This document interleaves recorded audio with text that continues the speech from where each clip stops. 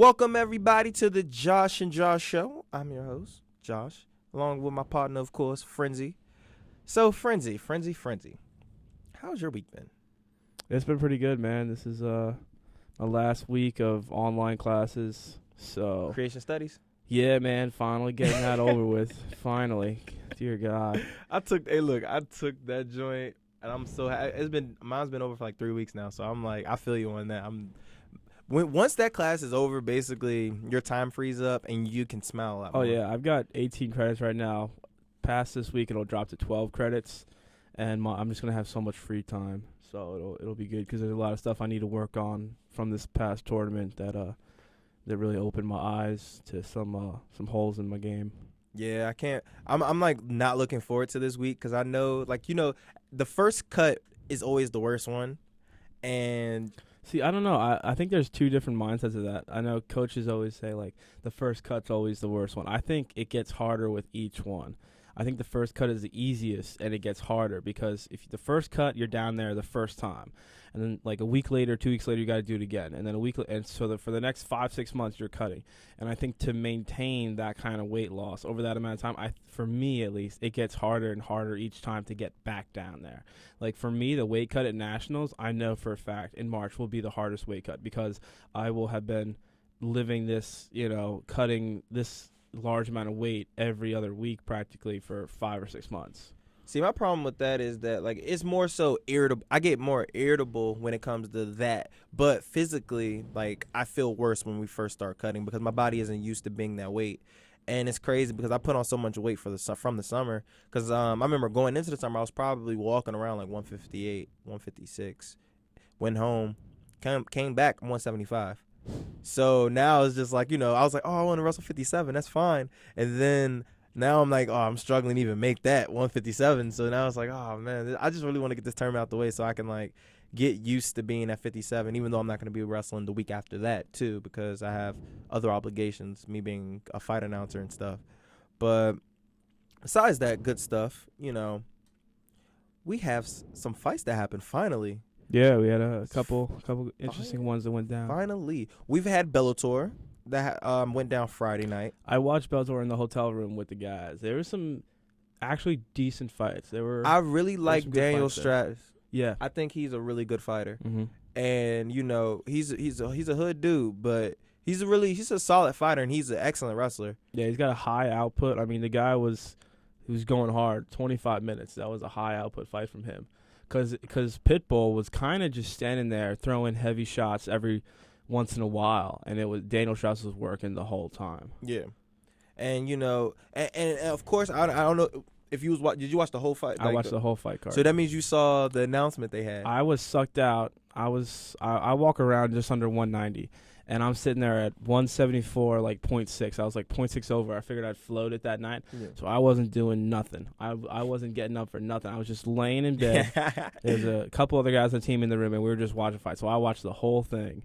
And, yeah, I saw the announcement. I saw the Freak Show announcement they made. And I was talking to one of my friends, and I was like, man, Bellator is going to be known now. Like, even, like, after the whole Kimbo and Ken Shamrock thing, I was like, they're going to be known for, like, the sideshow fights. Yeah. Like, because at the end of the day, they're main event fights, but are they really talented enough to be main event fights? No, none of them are. As of right now, Royce Gracie, he's old. He's not well-rounded at all. He wasn't, even when he was in his prime, he wasn't well-rounded. Like, honestly, if Royce Gracie in UFC 1 was the fight now, he wouldn't even be in Bellator. He would get picked apart. Like, he has no striking. He doesn't. And the thing is, he was so cocky about it that he was like, I don't need to work on my striking because my jits is so good. Which, at that time, was accurate. But that was because nobody knew what he was doing. Exactly. The times have changed, man. The game has evolved so much. It is, you saw when he tried to come back. He tried to come back a couple years ago against Matt Hughes. And Matt Hughes just smashed him. And broke his arm. Took him down and smashed him. This guy looked like he had no idea what was happening. Royce Gracie had no idea. He was just getting beat up by just a fighter who was just the next evolution of fighter from him. And then you have him fighting Ken Shamrock. And I'm actually about to look up his record right now, but I know for a fact he lost his last fight because he fought Kimbo, which once again was a freak show fight. It was absolutely It was an awful fight. Any fight involving Kimbo is practically a freak show fight. Did you see the fight announcement? The guy's name that he just got announced to fight, his name is Dada 5000. And in the fight poster, he's got a sledgehammer.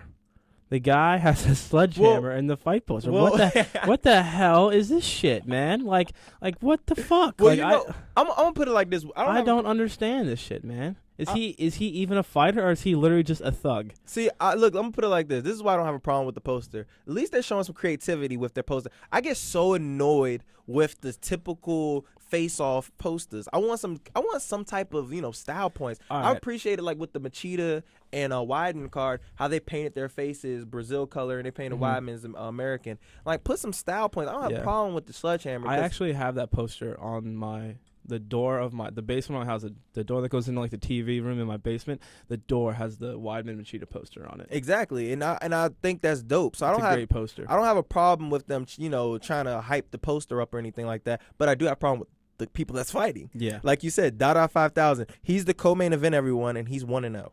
Did he win? Okay, he's 1-0. That's it. Kimbo, I believe, is like 5-2. He's like 4-2 or 5-2. But regardless, we're not even talking about that yet. We were still talking about Ken Shamrock. All right, I just looked it up. All right, Ken Shamrock has won 2 fights in the last 10 years. Yeah, since 2005, he's won 2 fights. 2 fights, y'all. And guess how many he lost? 1, 2, 3, 4, 5, 6, 7, 8. He lost 8 fights. So he's had 10. So he is 2-8 in the last 10 years. That is absolutely awful. And I just, I feel like if you're 2-8, you shouldn't be main eventing no cards. Yeah. You belong on Fight Pass. His last win was in 2010 against a guy I've never even heard of. I mean, he doesn't have a hyperlink on Wikipedia. If you don't have a hyperlink on Wikipedia, more likely you're not relevant. Yeah. So, at the end of the day, I just don't I don't see what this fight offers outside of Sideshow. Oh my God, big names. And I understand it. I do. I understand it. It's about money. But you also have to think about respect. And that's how I feel about it. It's more, you want them to respect your organization. You don't want people to look at your organization and say, "Oh yeah, they have the fluke fights or they have the weird." Me and you already had this conversation about Bellator and their matchups. Yeah, how they have extremely awkward. I mean, look at the other announcement Bellator made that same night. The Gabby Garcia girl versus the other, Bigfoot girl. Like, did you see those girls? No, you didn't see that announcement. No. All right, they announced another fight on the Japanese card. Right, like the Japanese New Year's fight card that Fedor's going to be on. Fedor joint. Do you know who Gabby Garcia is? Gabby Garcia. She's that massive. That massive ass woman that hangs around with Wanderlei and makes him look like a little teddy bear. Yeah, they announced a fight for her against a black girl who I swear to God is even bigger than Gabby Garcia.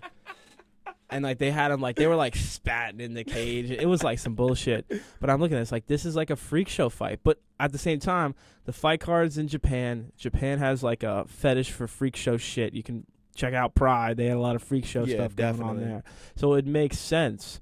But another thing I want to bring up with the whole Ken Shamrock Royce Gracie thing is it's when you're that popular and you're that famous and your name is built into the foundation of a sport like that.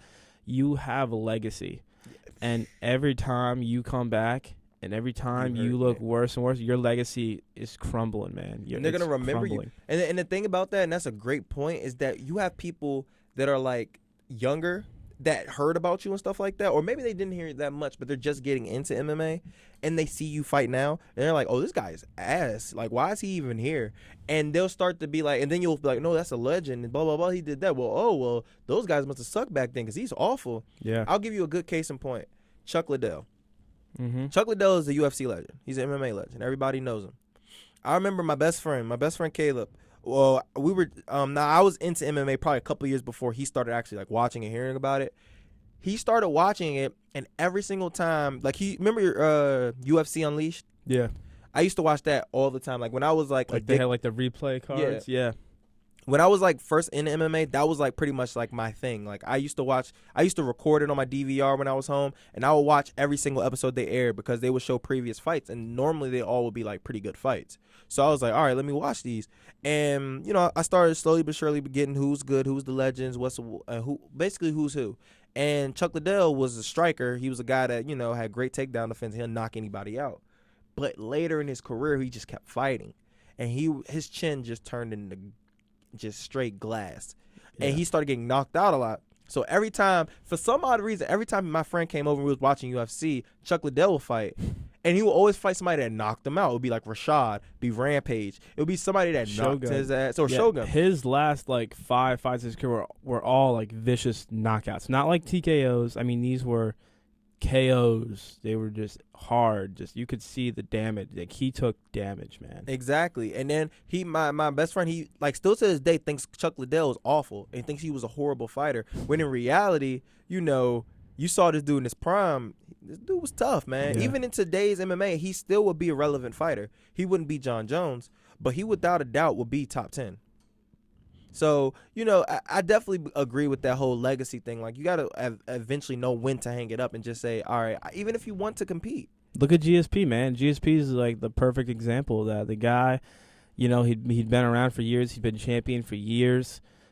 He was struggling with injuries and with tough opponents his last couple fights. He got the wins though, and he said, hey, this is done for me, and he picked I think that's the perfect time for him to go out.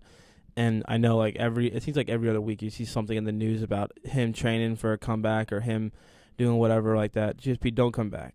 I mean, he's kind of the moment you come back and you don't dominate people again and retain that belt, your legacy is going to be hurt. Look at Anderson Silva, the guy. He's doing nothing but hurting. His legacy, if he had retired after the second Chael fight or any other fight, they would still talk about him as the greatest ever. Now he's just, now he's taking roids. Now he's, he got the whole leg injury. It's like, he's just a shell of his former self. Couldn't finish a welterweight in Diaz. Yeah, just not no one nowadays. When you talk about pound for pound, his name isn't even brought up. It's John Jones. People talk about mostly John Jones, Aldo, stuff like that. Exactly, and I mean he definitely needs to. This made me think about speaking of sideshows. This is kind of how I feel about it. All right.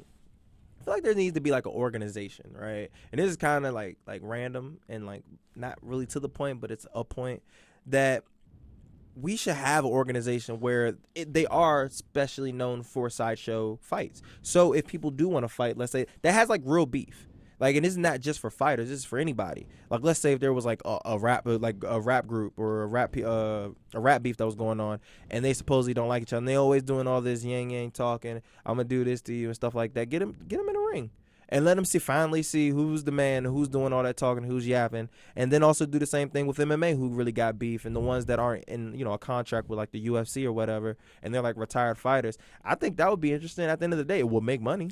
Yeah, I totally agree with you. I think I've been wanting something like that for a while now, because I think obviously it would bring a whole lot of money in. Let's say Brad Pitt had a beef with George Clooney after making a movie with him or something like that, and they wanted to throw down. Well, hey, why talk about it in the tabloids? Get UFC, give them both a 1-fight contract. They go into fight. It has nothing to do with rankings.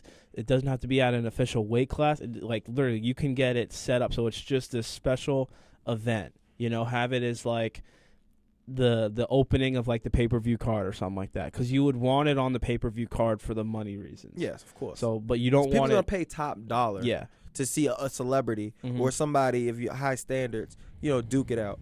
And I definitely, the only thing would be, but this is what makes it beautiful.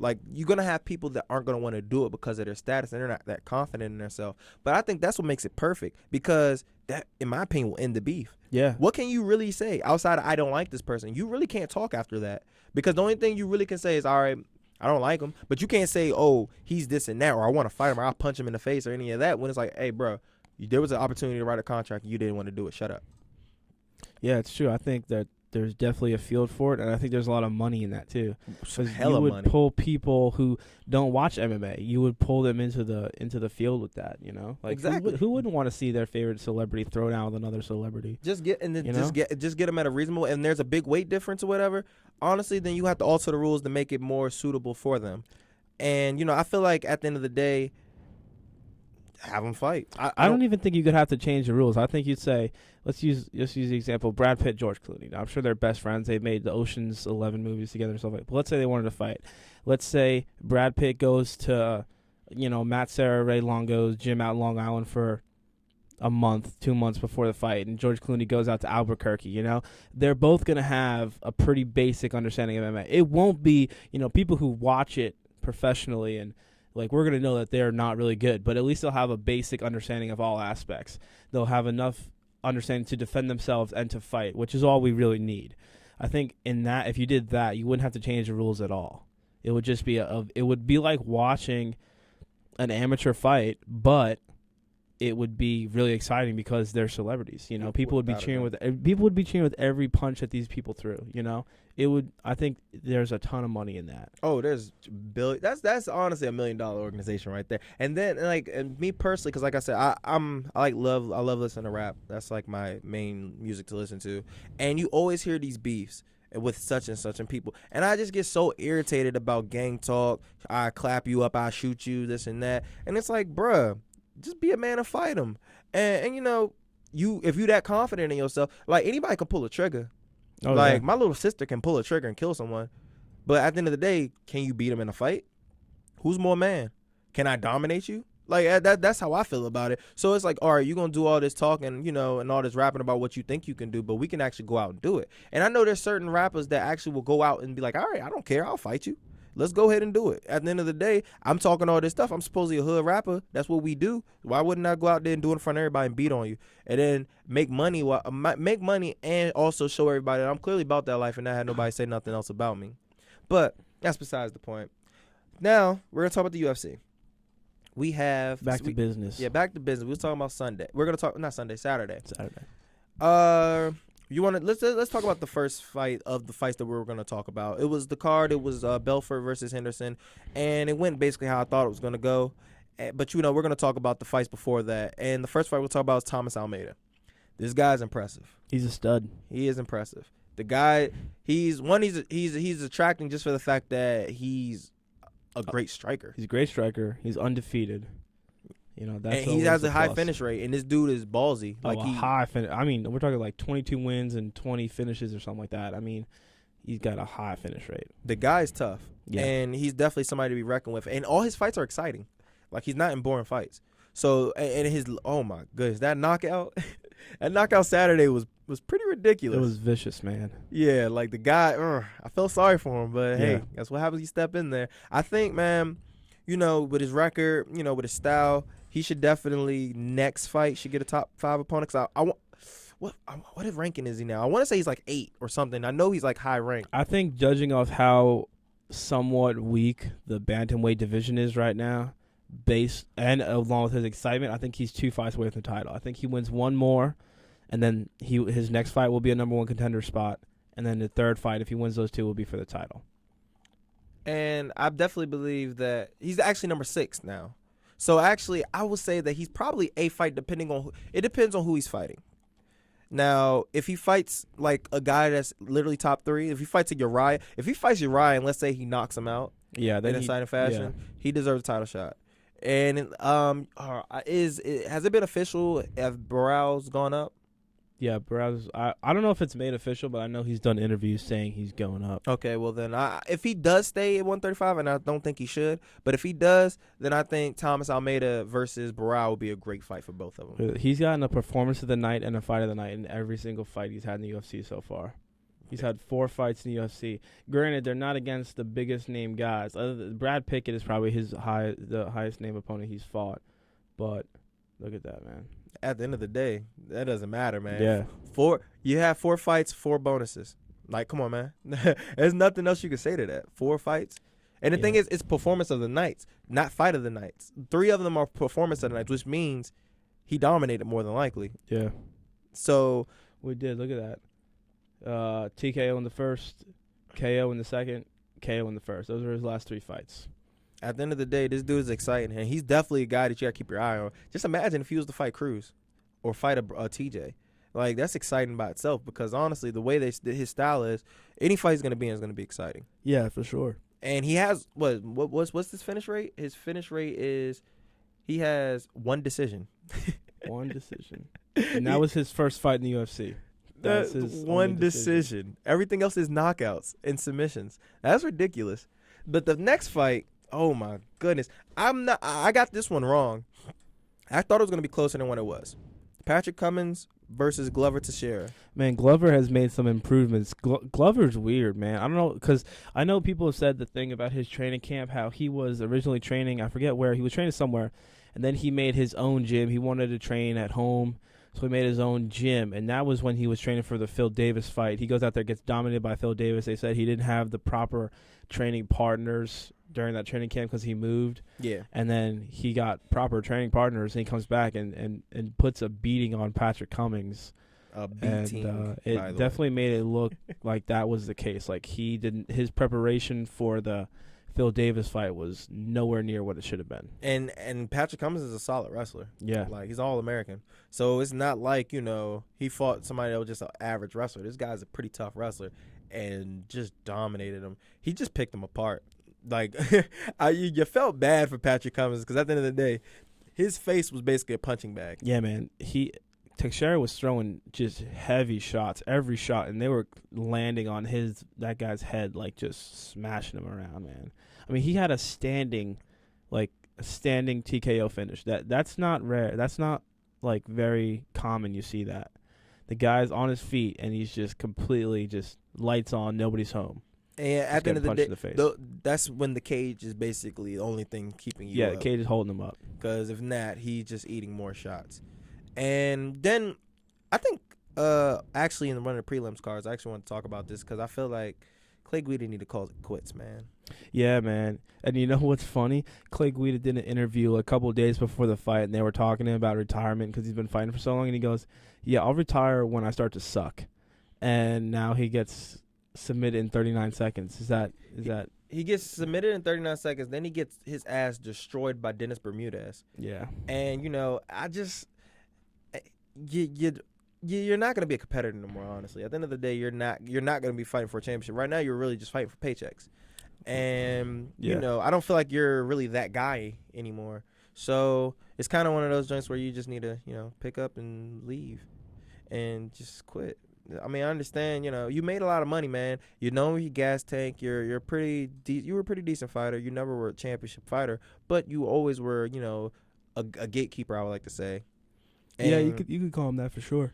And, but I just think this is one of those joints where you just call it quits and just keep the brain cells while you can. You don't want to stay in MMA too long. This is not the sport to do that. And then you got the main event.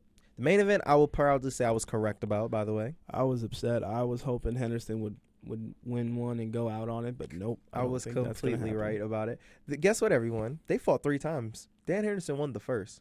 But that was almost like that was like 10 years ago. 10 years ago. All right, so they fought again. Was it this year? No, I think that was like 2013 or so. Because that was when Vitor was on that TRT craze when he fought Dan Henderson. I don't think it was 13. It might have been 14. Oh, okay, it was late in 13. All right, yeah. Yeah, that's why it seems so close because that was the last person Vitor beat. Because I was like, that had to have been a close one. All right, so yeah. So Vitor, they fought the second time. It was straight destruction. Yeah. Got his ass whooped. Like, simple and plain. Dan Henderson just was too slow. Vitor's, and I was just like, okay, why are they fighting again? It's gonna be the same results. And then Josh is like, nah, man, I think he's gonna get him this time. It's like I think he's. I was hoping, man. I was hoping. What happened? He got slept again. Yeah, same exact thing. Head kick. Same exact thing. Head kick to punches. And I'm like, people were like trying to complain, saying early stoppage. I'm like, bro, did y'all not see him go out? Yeah, he was out. Like, he went limp. And the referee stopped him. As soon as the referee stopped, that's when he woke back up. You can't, that's not, to me, that's never too early. That's basically, all right, he's done. I don't care if he did wake back up and could fight again. No, he was asleep at that one point. And I don't have a problem with the referee protecting him. You got to realize, Dan Henderson's like 46 years old. Like, he's old. Like, I mean. Yeah, he's an old man. And I really hope, and he's 45. And I really hope this is his last fight. He needs to retire. He's no longer. Well, I thought that was his last fight on his contract. Was it? I think it was. At the end of the day, that doesn't mean anything. He can easily try to sign another contract. Yeah, we all know Bellator's always looking for freak show fights. But the thing is, though, he would dominate it. Yeah, I think Bellator. He would do really good at Bellator. I honestly believe he would probably. Who's the champ at 205? I think he would definitely give the champ some go. Like he's Yeah, he always has that power. So that No, in I think itself- Phil Davis would beat him up in Bellator. Oh, it's not Phil Davis is the 205 pick. Okay. No, he's not the 205 champ yet, but he's got like the number one. I shot, forget. I keep think. forgetting he's in Bellator. So yeah, Yeah. without a doubt, yeah, he will lose the Phil. But at the end of the day, you always got to factor in Phil Davis don't like getting punched. It's true. But again, that's just me not liking Phil Davis. I'm really anti Phil Davis. He's pretty good at not getting punched though, Phil Davis. yeah, Like until he he's got fights Anthony decent. Johnson, He had good movement in the Anthony Johnson. which by fight, the way too, we're gonna though. talk about later. That's another fight that's pretty interesting, pretty funny also. Bader and Johnson. Yes, we have to talk about that. That just got announced, and I think Bader's an idiot for taking that fight. But we're gonna talk about that later. Now it's on to the big card. Finally we get a UFC pay-per-view event. It's been since my birthday, so it's been a month. Is that the Gustafsson Cormier Yeah. fight? That was a lot. Dang, that has been a while. Gustafsson Cormier fight like that. That's been a while, man. It's okay, man. Because honestly, from here on out, we're fine. Yeah, it's stacked. We're good. We're Dude, good. it's all about that December 12th card, man. Oh, I don't know where we're gonna watch at. We have to. I don't want to watch it at like beat ups. I want to be able to focus. I can't focus at beat ups. There's too much distraction. I want to go to somebody's house and order it on pay per view. We can split it. If we get 10 people, we can all put in like $5 and get the pay per view. You know what I'm saying? Yeah. We can actually do that. We can find somebody, whoever has like cable or whatever. Does Travers have cable? I don't think Travis has cable. Dang. But we can ask though. We can Alright, yeah. we can put like this. We can find out somewhere and then we can Look, go and watch it. I don't but- care where. We can go over Castro's house. I don't care. Matter of fact, hold on. Is this December 12th? Is that pay per view? That's the Weidman, Rockhold, McGregor, Aldo. So that is, of course, that's pay per view. Yeah. That's yeah. Because I was about to say, if not, we can just watch it at my house because I can get Fox.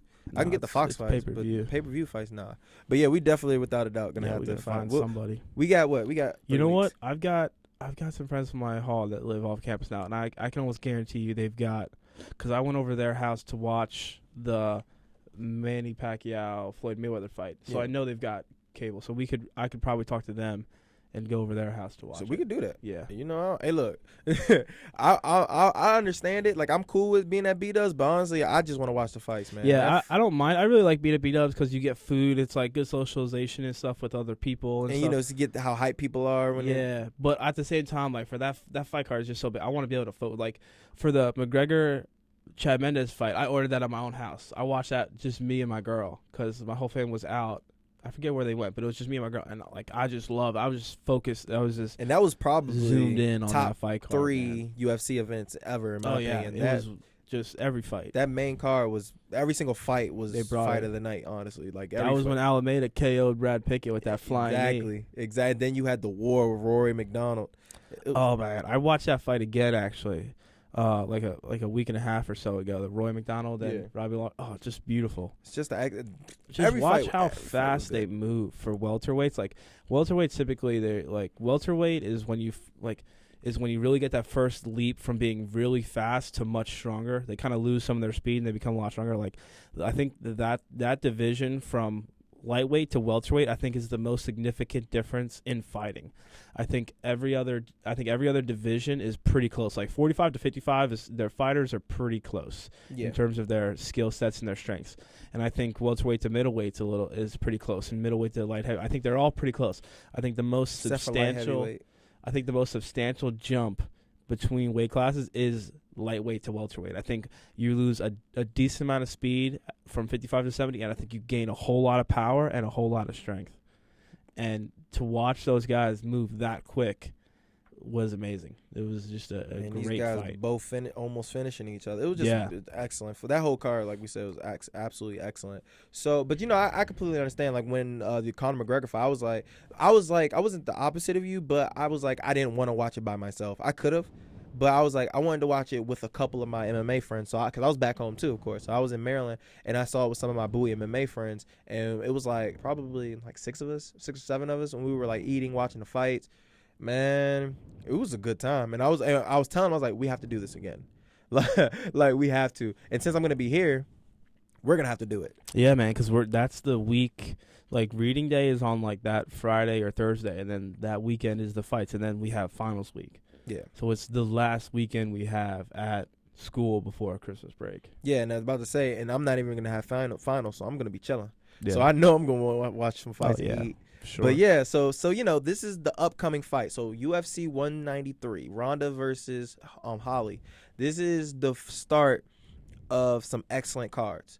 And this card is probably going to be, I say, the worst one out of the UFC events, the UFC pay-per-view events that are coming up, but it's still an absolutely solid card. Yeah, like, it's solid. Like you got Stefan Struve versus Jared Rossold, and then you got Robert Whitaker versus Uriah Hall, Mark Hunt versus Bigfoot, Joanna versus, I don't even know how to pronounce her name. Was it Valeri? I don't know. Just call her the next punching bag. Basically. And then we got Ronda versus Holly, of course. Now, we're going to pick these joints from fight to fight. And let's start off with the first fight on the main card, and that will be Stefan Struve versus Jared Rossold. Stefan Struve is a striker. He's a European, I think, or something like that. He's European. He's a European striker. Is he Dutch? I think he's Dutch. I'm 100% sure he's Dutch. Okay, well, yeah, he's Dutch.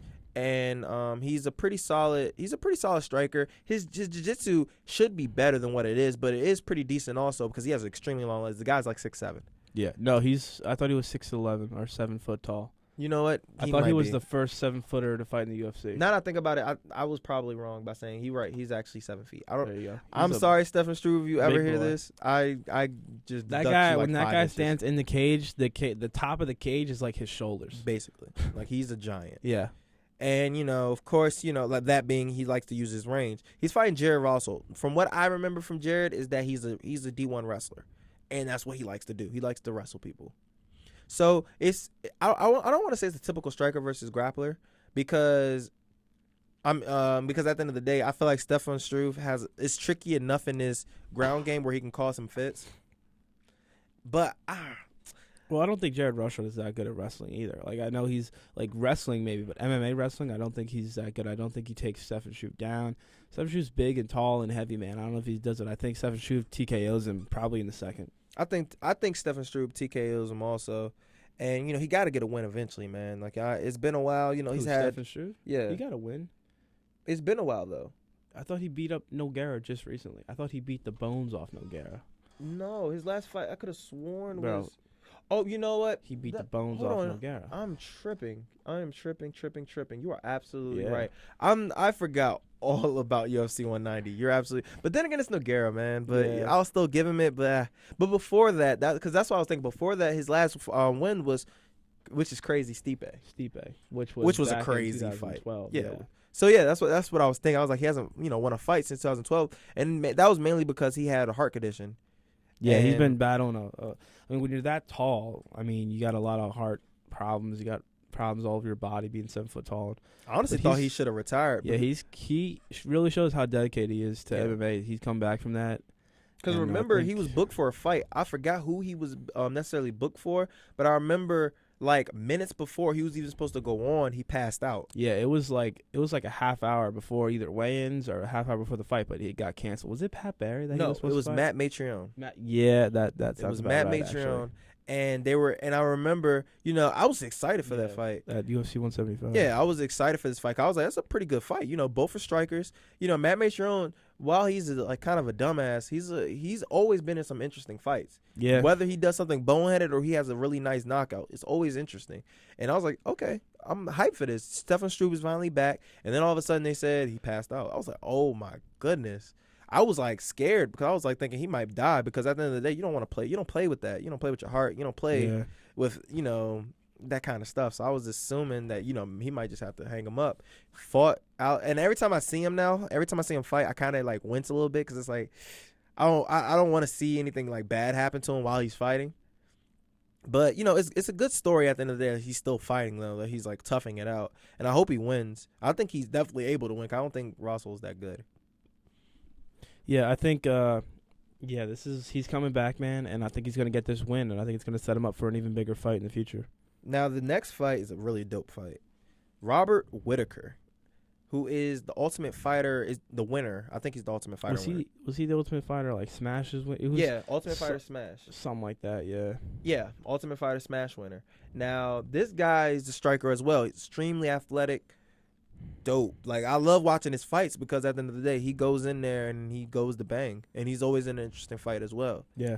But he's fighting Ryan Hall, who is probably the most inconsistent fighter in the UFC. Oh yeah, definitely. He's very. I don't know if he's physically inconsistent. I think maybe it's more of a mental thing with him. I think maybe sometimes he just doesn't have it mentally. But I still think I think he's getting better, and I think Uriah Hall wins this. Oh, without what he just did to Mousasi, you gotta say he's improving. But I mean, it's not like he dominated Mousasi. He was losing that fight pretty bad, and then he catches him with a, straight Dragon Ball Z kick to the head. A flying knee. I mean, but the thing is, though, we know Uriah Hall's, weakness is the ground. Yeah. So, it's not when he was getting dominated, it wasn't like he was getting picked apart in his feet. He was getting picked apart in the ground, which is to be expected. But stand up, we did not expect him to, TKO Mousasi. Mousasi's a solid striker. So that was pretty impressive. So you got the striker versus striker. Yeah. Everyone, this is not going to the ground. It should be a good fight, and I think Uriah Hall wins it. I think Uriah Hall knocks him out first round. But then again, with Uriah Hall, especially with the last fight, he might go in there thinking I'm fancy as shit, and get caught, or try to constantly go for fancy shit and miss and lose a decision because Robert Whittaker scoring the whole time while Uriah Hall is trying for this fancy shit. Robert Whittaker isn't more of a scorer though. He's more of I want to get this fight finished and put you to sleep. So then that's kind of his downfall. Like Robert Whittaker as a striker is top notch. He's pretty tough. It's just that he tires himself out. I remember he fought Tony Ferguson. He could have beat Tony Ferguson, who is a pretty top. No, in fact, no, it wasn't Ferguson, or was it?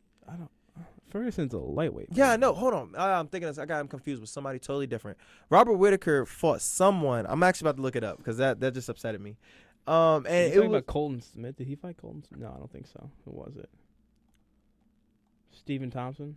No, he got KO'd by. He got KO'd by. But come on, man, Stephen Thompson, man. We already established by my boy Stephen Thompson. Yo, you are on that Stephen Thompson hype train so hard. Son, I like Flash. I'm not even gonna lie. That's how I wrestle. That's how that's what gets my eyes. It's true. It's true. Like he's flashy. Flashy is always like my thing. That's why Dominic Cruz is my favorite fighter. To me, he's flashy. Like it's strategic, but it's still flash. At the end of the day, he dances. I always find it dope. Stephen Thompson, his knockouts are freaking highlight reels. Can't help but to love that. You like the more tougher smash mouth. I'm just trying to knock you out and just, knock your lights out. I like, hey, I'm going to knock you out, but I'm going to look cool doing it. So that's He did fight. I knew he fought Colton Smith. Yeah, UFC 1. Yeah, that's I think. 60. No, that wasn't the winner for that. Whatever. Forget it. But regardless, I think Uriah Hall definitely wins by KO. But I expect it to be an excellent fight because these guys will, for sure, without a doubt, bang it out. Now the next fight. This fight is probably what everybody's looking forward to. You, on the other hand, are a little optimistic about it because you assume. I'm pessimistic about it. Optimistic me, I'm looking good. I think I think everyone's gonna be let down and disappointed by this pessimistic. Fight. My bad. Yeah, you're being pessimistic. I'm optimistic about it. I think that I put it like this: you're not gonna get the fight that you saw last time. I do know that, and I think people are gonna be disappointed that expect that. Yeah, because people that don't know, Mark Hunt versus Bigfoot Silva ended in a draw their last fight, and it was an excellent fight. Absolutely one top 3 best heavyweight fights you'll see. Yeah, it was they were throwing hands for 25 minutes and they were just beating each other up. It was a great fight. Absolutely. Bigfoot shocked me that fight. I never knew his chin was that good. Well, apparently it wasn't. He had one great night with his chin. That's what I'm saying though. That's my point. Like nobody can take Mark Hunt put Roy Nelson asleep. Like JDS couldn't even do that. Yeah, if you guys didn't know that, Roy Nelson had the UFC record up until he fought Mark Hunt. He had the UFC record for absorbing the most significant strikes without being finished, and over time. He had over, I forget what it was. It was close to 1,000 or something. He had absorbed so many significant strikes, and he had never been finished. Fights Mark Hunt, gets finished. That's right there. That's the power that guy has. There you go. I said that explains Mark Hunt's power. And once again, JDS, Junior Dos Santos, who is probably known for having the hardest punch in the UFC, he ate him. He got dropped a couple times, but at the end of the day, JDS could not finish Roy Nelson. Mark Hunt, one shot, put him to sleep. And the thing is, he didn't even follow up. Yeah. He hit him and walked away. Yeah. Mark Hunt, that's his signature thing, man. Which is walk badass. Away KO. That's the dopest thing. It's stupid, but it looks pretty stupid. But it's so dope though when the referee just stops it and he just walks away I know I knocked him out. Yeah, it's good on highlights. Once again, I like that kind of stuff. Yeah, but But I'm pretty sure Mark Hunt wins this fight by You KO. think Mark Hunt wins? I think Mark Hunt knocks him out in the first, man. I think if Frank Mir knocked out Antonio Bigfoot Silva in the first, Frank Mir has come along, man. He has, but I'm saying Frank Mir doesn't have the power that Mark Hunt has. No one has the power that Mark Hunt has. And I think you're looking at Mark Hunt, who hits, could punch through a brick wall, and you're looking at Antonio Silva, who's got a chin held together by duct tape and Gorilla Glue at this point. I mean, I don't understand. I don't see how you can expect that fight to go any differently than a Mark Hunt KO. I completely understand. Like, I honestly thought Bigfoot was going to not Bigfoot. I thought Mark Hunt was going to knock him out the first time they fought. I legit was 100%. I was 100% sure. I was like, there's no way Bigfoot, because even then his chin was suspect to me. And I was like, there's no way that he can, take a Mark Hunt shot. He got knocked out by Cormier. Like, got put to sleep. He got knocked out by Kane. I was like, there's no way that he's going to be able to take this. And he proved me wrong. But now, it's still... his chin sucks, man. He can't take a punch. I don't know how Mark Hunt didn't do it last time, but I definitely believe he'll do it this time. And I honestly think he's going to get knocked out first round. Yeah, I agree. Now we have the big girls. Well, I think you can talk about the co-main event and the main event almost together, because I think they are they are mirrors of each other. The funny thing is about the women's division, you have a 115-pound women's division, you have a 135-pound women's division. Which is a weird jump. And both divisions are completely dominated by one person. Completely dominated. And you know what? This one thing the exact same thing. There's one champ, and then there's everyone else miles behind. And the thing about, I'll put it like this. I won't say that with Joanna completely, because the girl Claudia definitely did almost beat her.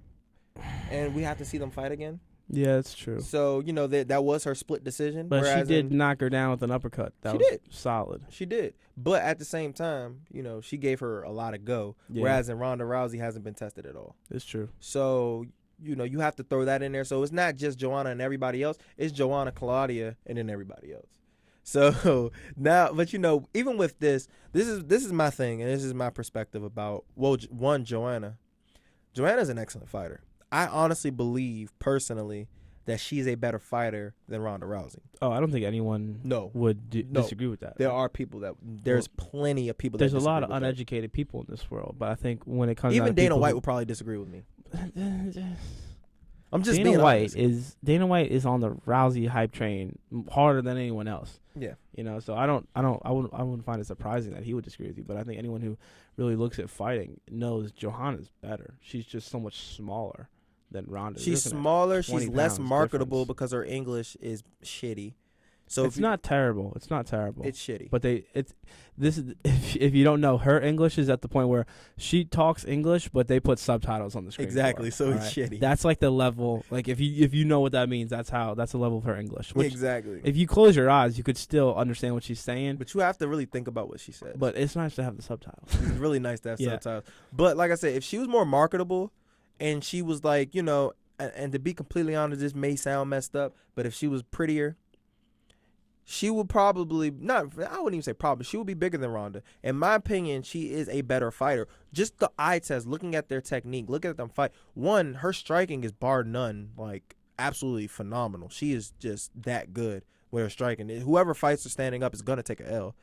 Her takedown offense is terrific. Yeah, like it's hard to get her down. She's athletic. Well, she's very long, and she's figured out how to almost do splits up against the cage. If you watch her fight, people will get her up against the cage, and when they drop down to her legs, she's able to get her legs so split that you really can't take her down. Her center of gravity is so wide, and if you watch, she does it almost every fight, where she's just almost like doing a split up against the cage with the person in on her hips, and just they can't get her down really. Like I said, I became a fan after the Carla fight, and it made me look at all the rest of her fights, because I was just like, at first I thought Carla was gonna win because I'd never heard of Joanna. Yeah, I just heard the hype about it, and I was just thinking, okay, they're just hyping her up. She should have been in the house if she was really that good. Carla's clearly the top dog, and this is me being novice about it. So, but my friend Brian, I'll give him credit for this. He was just like, son, she's gonna get her ass whooped, son. Like, Carla's gonna get beat on. I was like, okay, I'll take the wrestler because I like taking wrestlers. She's a great striker, but I think she's gonna get taken down. She beat the shit out of Carla. Yeah, that was it was awful. Like, she made Carla look like she belongs in amateur. Like that's how bad the fight was. Yeah. She picked her apart, man. In the literal definition of picking someone apart, that's what it was. And then Panay was her next victim. Yeah. Once again, I think stylistically she should have been the tougher match. I think Panay should never. After the first minute of that fight, Panay, it's like her corner should have thrown in the towel, man, because it was clear. It was clear to the commentators. It was clear to the people watching, and I think it was clear to Panay that she was outclassed. And I mean, like, not even close. I mean, this was like Master versus Apprentice over here. It was just a beatdown. It was like, she should have been the better matchup because she's more well-rounded than Carla. Yeah. So I expected a tougher match.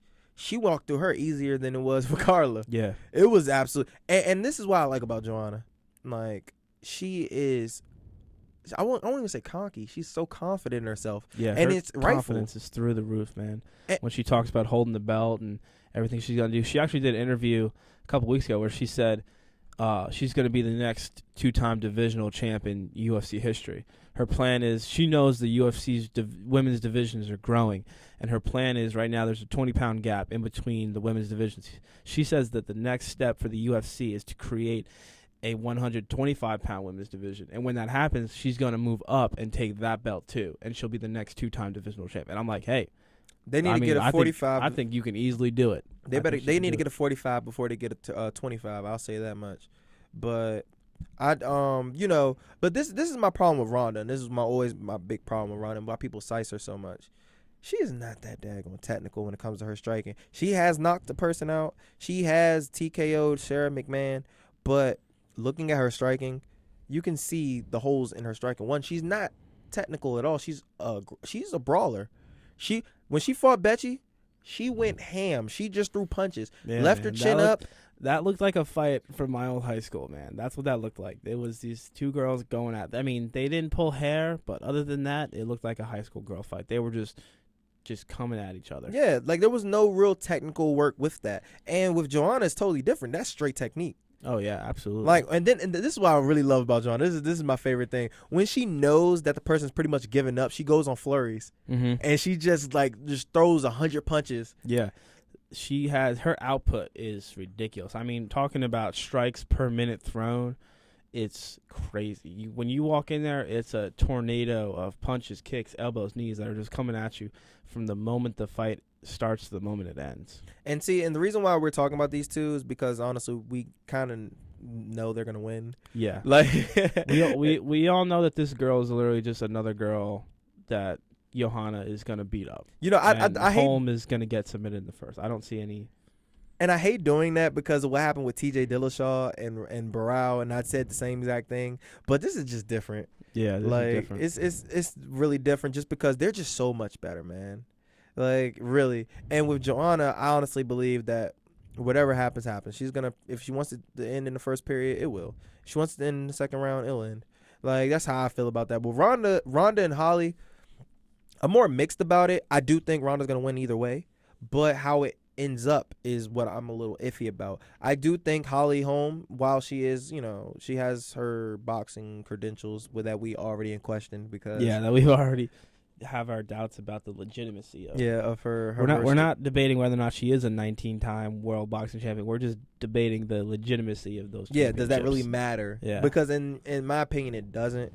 Because I feel like if you're really that renowned as a striker or a boxer, when you translate to MMA, you should have one more knockouts. I should be more impressed with your knockout ability or your boxing ability. You shouldn't be getting split decision wins with girls that you're striking with.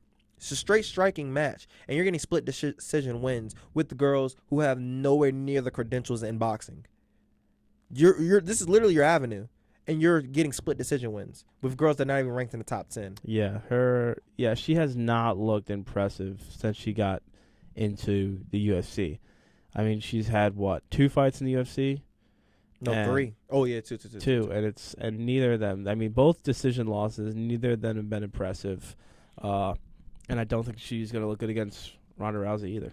I mean, this could be the one where the only thing I say, this could be the fight where that she rises to the occasion, and she steps up her game because she fought lesser quality. She fought to their level, whereas in this one, she's gonna ante up her.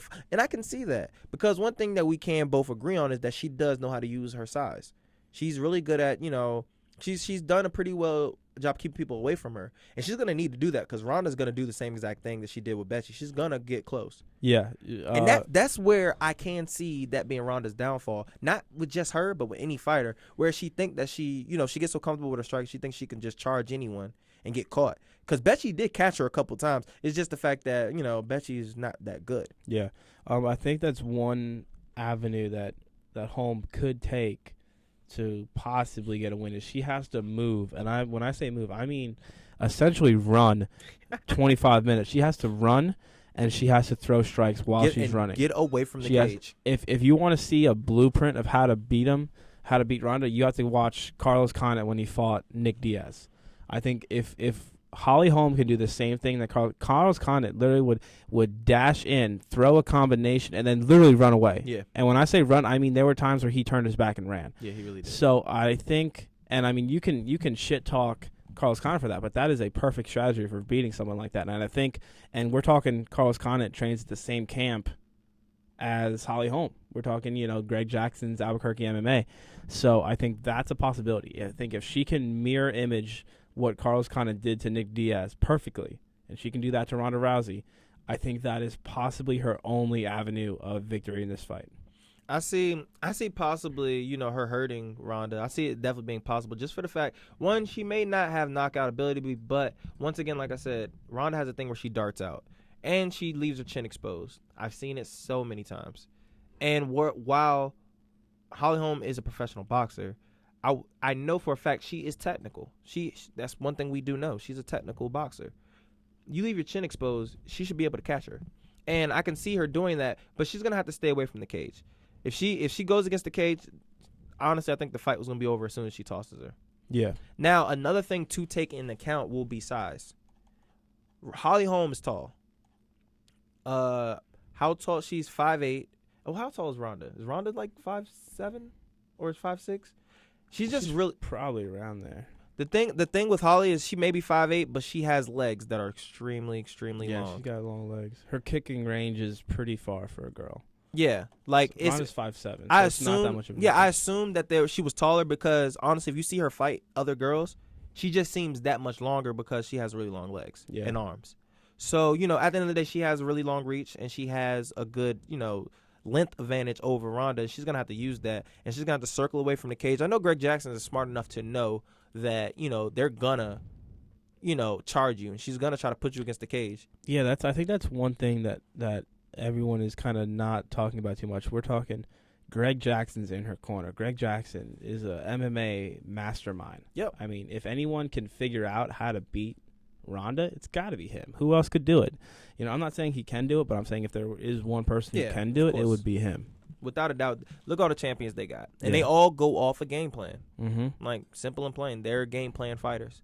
So, at the end of the day, you got to look at that. You always got to put that in effect. And I know for a fact she's going to have a game plan. And will it work is the thing, and I don't think it's going to work. I think the fight ends the moment that Ronda gets her to the ground. I don't think she's able to get up, but I think she gets submitted. But if she can if she can avoid that, then there's a chance. My thing is, though, how do you think it plays out? Let's say Ronda can't get her down. Let's say that Holly Holm's doing a really good job, using her distance and getting away from the cage. How do you think the striking goes? Then I think she does the exact thing I just brought up. She peppers her with shots and then runs away. Peppers her with shots and then runs away. And I think that she can win a decision, but I don't think she can do it. I think even if Ronda can't get her down, which Ronda can get her down, I don't think there's anyone in the women's division Ronda can't get down. That's true. But I'm saying if she can't, let's say theoretically, if she can't get her down, then Ronda just holds her up against the cage and just dirty boxes her the whole time, and I think wins it like that.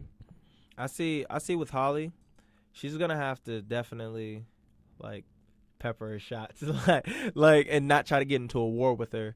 And I can see Ronda Rousey getting frustrated. She's an emotional fighter, and I know if you and I feel like you can get in her head. And if you do get in her head, I can see that causing her to get error. Like that Betsy fight kind of proved to me that she goes off in emotion because when she I kind of figure she knows that one, Betchy's just not good. Like she's not on her level. Like, and two, I know she was pissed about all the stuff she was saying. Yeah, for So, sure. when she just darted out there and just went ham, I'm like, okay, well. But running off emotion can be a pro and a con depending on the situation. Exactly. I mean, it was a pro for Ronda in the Betchy fight because she went after her with just murder in her eyes. She took the life right out of her. I mean, you have to be very, very good. Only a couple fighters can do it. Like the Diaz brothers are really good at it. The Diaz brothers are really good at getting people emotional and taking advantage of the sloppy mistakes they make, and it's not easy to do. That's what Nate did. The good example would be Nate versus Cerrone. Yeah, Nate just clowned him so much before the fight, and it was so funny because Donald Cerrone forgot his kicking game versus Nate Diaz. Why? Because he just wanted to punch him in the face because he was getting so mad. Yeah. And he just stood there and he started trading punches with him, which isn't smart because that's what Nate Diaz likes. Cerrone, while he's pretty decent with punches, he's mainly a kicker. That's like his thing. He's a very decent combination fighter. Yeah, he is. But the thing is, my point is that he finishes it off with kicks. Oh, for sure. Like that's his main go-to thing. That's where he gets his highlight reels from. Mm-hmm. I mean, I can't really think of the last time he's knocked a person out with a punch. It's normally a kick, or he chops the person down with their kicks. Yeah. Like so that's he didn't do that. He just tried to punch him, and that fed into Nate Diaz's game, and that's how he got picked apart. So the mental aspect can definitely hurt you. Now this is kind of relevant with this because Holly Holm hasn't said anything or done anything, but this is just down the road if she fought like a cyborg who's been calling her out for years, or somebody else who might want to talk. But that's it for this UFC 193 card. That card is, like we said before, it's gonna be pretty interesting. Yeah, it's this weekend. I'm probably, what's upsetting, man? I'm probably gonna miss it because you say you are, like I'm not. Yeah, we both gonna miss it. We're gonna be on the bus. I don't think we're gonna miss it though. The reason why I don't think we're gonna miss it because if you look at the main card, it's 5 fights. They're not gonna fight till like 1 midnight. We might not be back in Lynchburg. We have a wrestling tournament in your Sinus, Pennsylvania, the same day. So let's say the tournament ends at 5 p.m. We won't get back to like 11. Yeah, we won't get. Yeah, and we'll probably be there to see it. All right, we could probably catch the We'll probably catch the co-main. We're only gonna be able to see the main event and possibly the co-main event. Which honestly, the fight that I want to see the most is Johanna. Honestly, if I don't see the rest of them, that'd be fine. But I want to see Johanna. Yeah, but so I can look at those the next day. But I definitely want to see Johanna, and I want to see Ronda too. I want to see how whoever wins. So I mean, I'm interested in seeing both of them. But it depends on when that tournament ends, and hopefully it ends really, really soon. Because I don't remember it running too late, like in the years past. Because they have a lot of mats. But they have like 7 mats or so that they run on, so it should be a pretty quick tournament. Yeah, it definitely should. At least we hope so. Yeah, and hopefully we get back in time. Because we also got to eat and stuff too. Before we go back. But yeah, it's true. But yeah, so we got some UFC news. We have the big one, which is Anthony Johnson. Anthony Johnson is fighting my boy Ryan Bader. Yeah, I think Ryan Bader is a big idiot for taking this fight. I respect him for trying to prove that he deserves a title shot, but I think that was a dumb matchup. One, you're not going to pull that bullshit that you did with Rashad. You're not doing that on Anthony Johnson. Yeah, he's not going to bully him. You're not. First of all, the size difference is going to be null and void. He's bigger than you. So it's 2, I think the wrestling isn't going to work either because I feel like, Anthony Johnson has made it a point to, to fine up his wrestling. Just especially after what happened with him in DC. Yeah. Striking, there's literally no comparison. If he strikes with Anthony Johnson, he's going to sleep. I have really hard time seeing him winning in the striking department. Yeah, it's very hard to see an avenue where Ryan Bader wins this fight. He's not going to outstrike him. I don't think he's going to out-wrestle him either. Maybe he can – the only way I can see is maybe he pressures him against the cage, makes it a dirty, kind of more boring fight where he's just a very – keeps him up against the cage, not allowing him to throw power shots. But the thing is, Anthony Johnson will find a way to throw a power shot from that position. So I find it hard. I'm really like, hey – My hat's off to you, Bader. You got balls, man. But I don't see a way he wins this fight. I have a really hard time. I mean, like I said, it's excellent from him.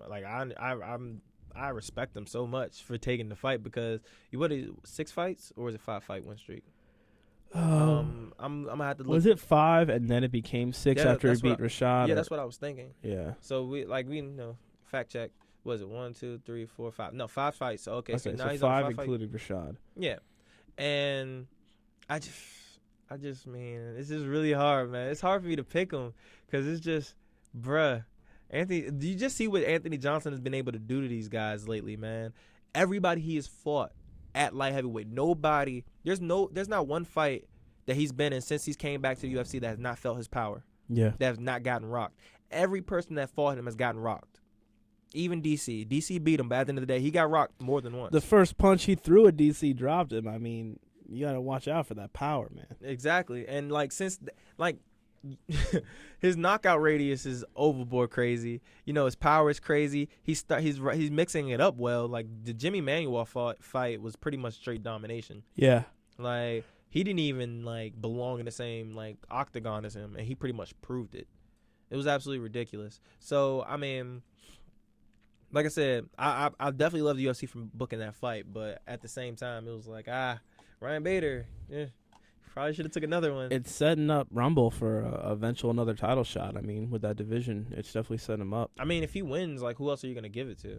Yeah. In my opinion, I feel like Ryan Bader's the only one that, deserves a title shot outside of John Jones. So you honestly have no choice but to give it back to Anthony Johnson, especially if John Jones ends up winning the title again.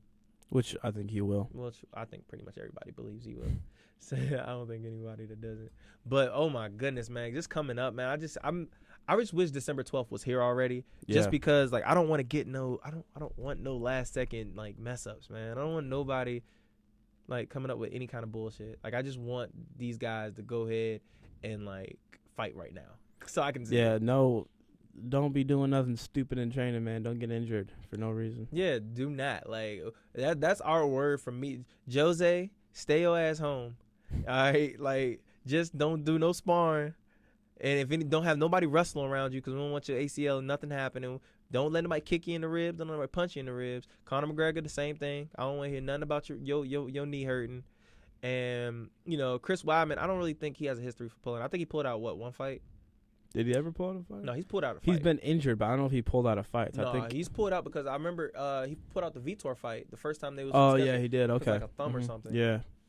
But, he doesn't have a real extensive history off of pulling out of fights. Same thing with Luke Rockhold. I don't think he's ever in the UFC pulled out on a fight. Yeah. So I'm not more so worried about them. Which is surprising coming from a gym which is now infamous for pulling out of fights due to injury. That is true. He's like the shining star. He doesn't pull out of nothing. I just think because Luke Rockhold is just he just likes to fight. I don't think he cares about that other bullshit. He just wants to fight.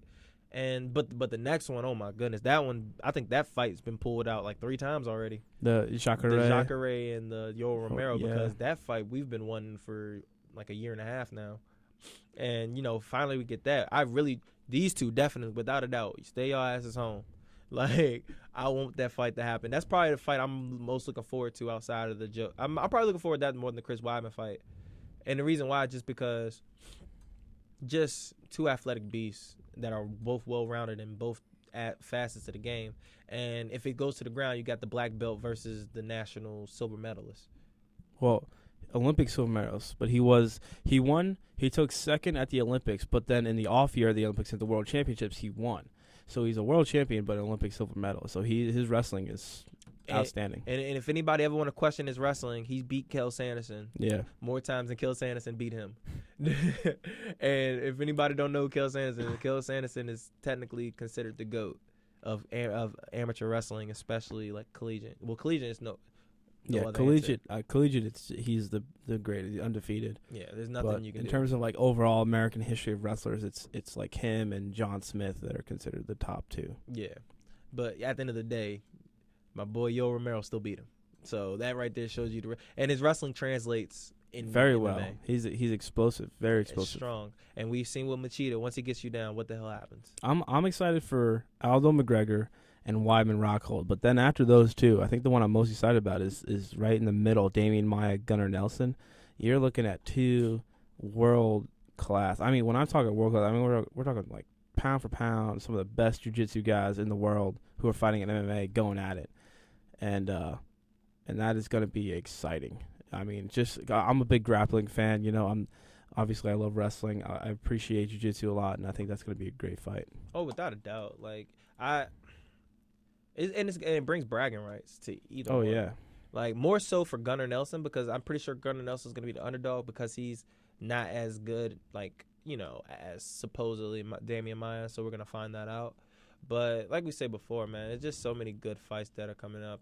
And I was talking to Poirier about the Cerrone and Dos Anjos fight, and he was thinking how he thinks Cerrone's gonna win. Which once again, the card is amazing. The card is the not even just the main card, but you have the preliminary card that got some great fights, like Charles Oliveira versus Miles Jury. Oh yeah, it's a great fight. Dope ass fight. I don't even know how that's not even on the main card.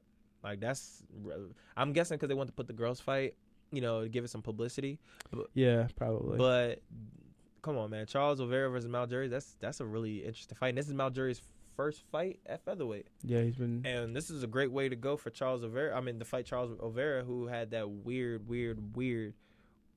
injury. Yeah. In his fight, and I hope I thought he was like he had like a neck spasm or something like that. It was like his esophagus or something. It was something really, really weird. It may have been related to the weight cut. That would be my guess, but maybe. But I thought he was gonna be gone for a while. The fact that he's fighting in December is pretty impressive in my opinion.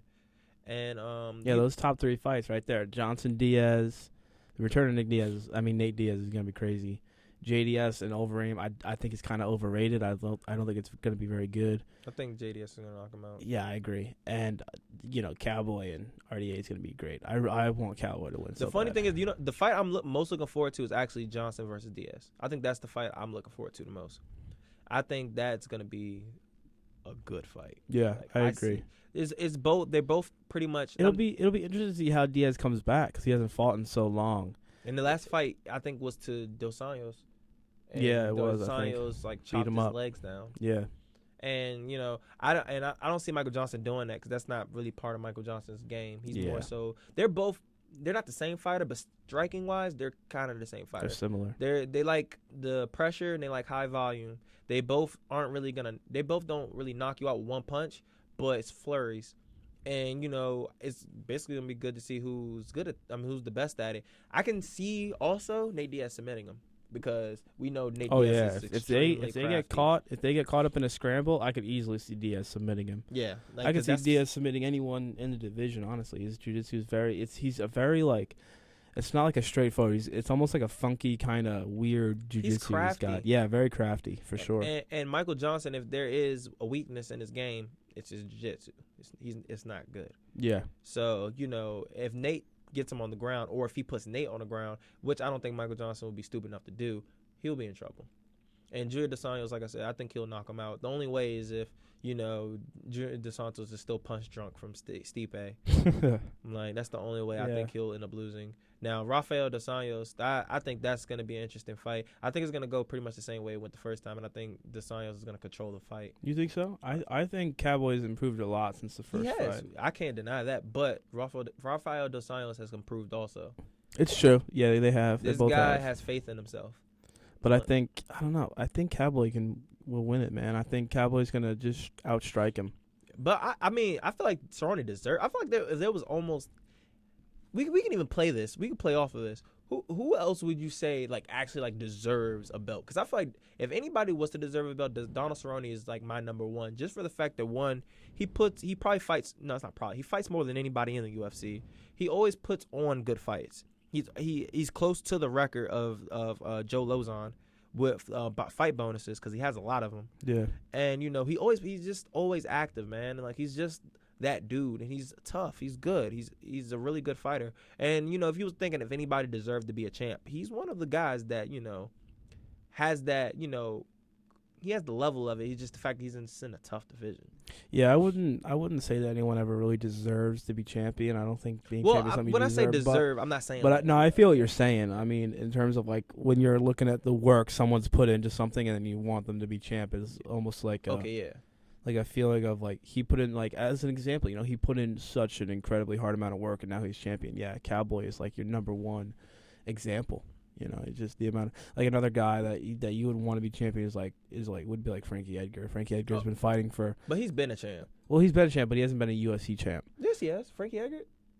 not Frankie Edgar. I mean, Uriah Faber. My bad. I got them mixed up. Frankie Edgar. I just love Frankie Edgar. I want him to beat Mendez and be champ. But like Uriah Faber is a guy who's been fighting for so long, and you want him to be champ just to kind of cap off that career. But I don't think it's ever gonna happen. Oh, it's not gonna happen. But he's a good dude, man. Like he's honestly, I actually like. Even though I'm a Dominic Cruz fan, I do like Faber. Faber seems like a really really chill dude, and probably what you see on TV is what you get in person. I don't know. I just get that vibe from him that he's just honestly just down to earth, and he's just like he seems like a pretty chill guy, very like realistic and honest. Yeah.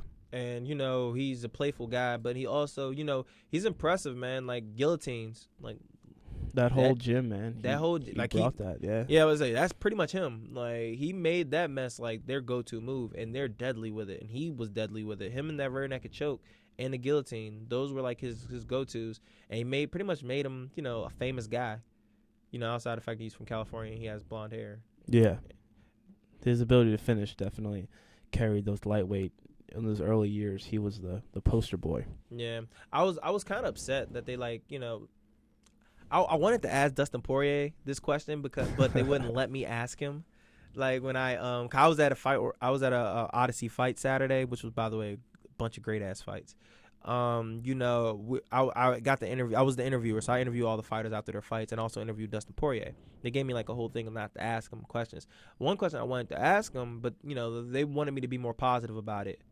Is why fight Duffy? Like, why rebook it? My opinion was more so like, you're right now the number 13 ranked fighter. Why not fight somebody that's like not top 5, but top 10? Yeah. Instead of fighting Duffy, who's not ranked. And I felt like it's still a good fight. I still want to see them fight. And it's definitely gonna show who's the contender and who's the pretender between these two guys. But Dustin Poirier has more to lose than Joseph Duffy. So I was just more so thinking like, why reschedule it, and then instead of like trying to find somebody probably tougher that's in the lightweight division. And I just look on this card and look who's on this card. Someone who hasn't fought in like 2 years. Yeah, man. The UFC 195 first event of 2016 will be Lawler versus Condit, and that is a stacked card. I mean, Lawler versus Condit, that could be you could have a whole fight card where you just have promo hype videos, and then you show the Lawler Condit fight, and that's it, and I would still buy it. But you have a stacked card. Yeah, Michael McDonald, bantamweight, finally making his return since getting victimized by Uriah Faber like 2.5 years ago. Yeah, but what happened with? Was it like concussions or something? No, he had like injuries. I think it was like weird, broken man. stuff or something. Yeah, finally making his return. And then you got Dustin Poirier. We already said you got Lorenzo Larkin, who is honestly going to be a force at welterweight. I wish he fought somebody more, established. But I mean, it's fine. At the end of the day, he's being patient, which is respectable. Yeah. But he's been a terror ever since ever since he dropped down to welterweight. His cardio it's been looking iffy, but everything else, he's an explosive guy, man. Like I call it the black factor, and the black factor is athleticism. Hey, like man. every black guy doesn't have it, but at the end of the day, Tyron Woodley's got it. Tyron Woodley got it. Demetrius Johnson got it. Yep. John Dodson got it. Even though I found out John Dawson's like half black, which is weird. I always thought he was just fully black. He's like half Spanish, but regardless, this still matters. Still the black factor. But then you got Stipe versus Andre Arlovski. It's pretty. That's honestly title contender. Oh, for sure. And I think Stipe wins it. I don't know, man. I think Andre Arlovski just is like, I'm not sure if he's good or if he just keeps getting lucky in these heavyweight slugfests. I wouldn't call it lucky, but I'm not gonna say it's not lucky. Yeah, right. Like if I can say anything about that, I feel like he's definitely a good fighter, but I just think he's on like a really. I don't even want to call it a lucky run, but he's on a streaky streak. Yeah, for sure. It's really hard for me like to say it without saying lucky. I think it comes to an end at Stipe, though. I don't think Stipe plays around with that. Well, hey, we seen Stipe. Stipe's gotten better. Oh, yeah. Since been in that cage, man. He's been improved. So the season, I'm gonna say the season. So the year's coming to an end. Now, I'm gonna ask you some questions, Frenzy. I'm gonna get your opinion on them. All right, I'm throwing these at you, so I know you didn't expect it. All right, I'm ready. Who do you think this year is the most improved fighter? Ooh, most improved fighter.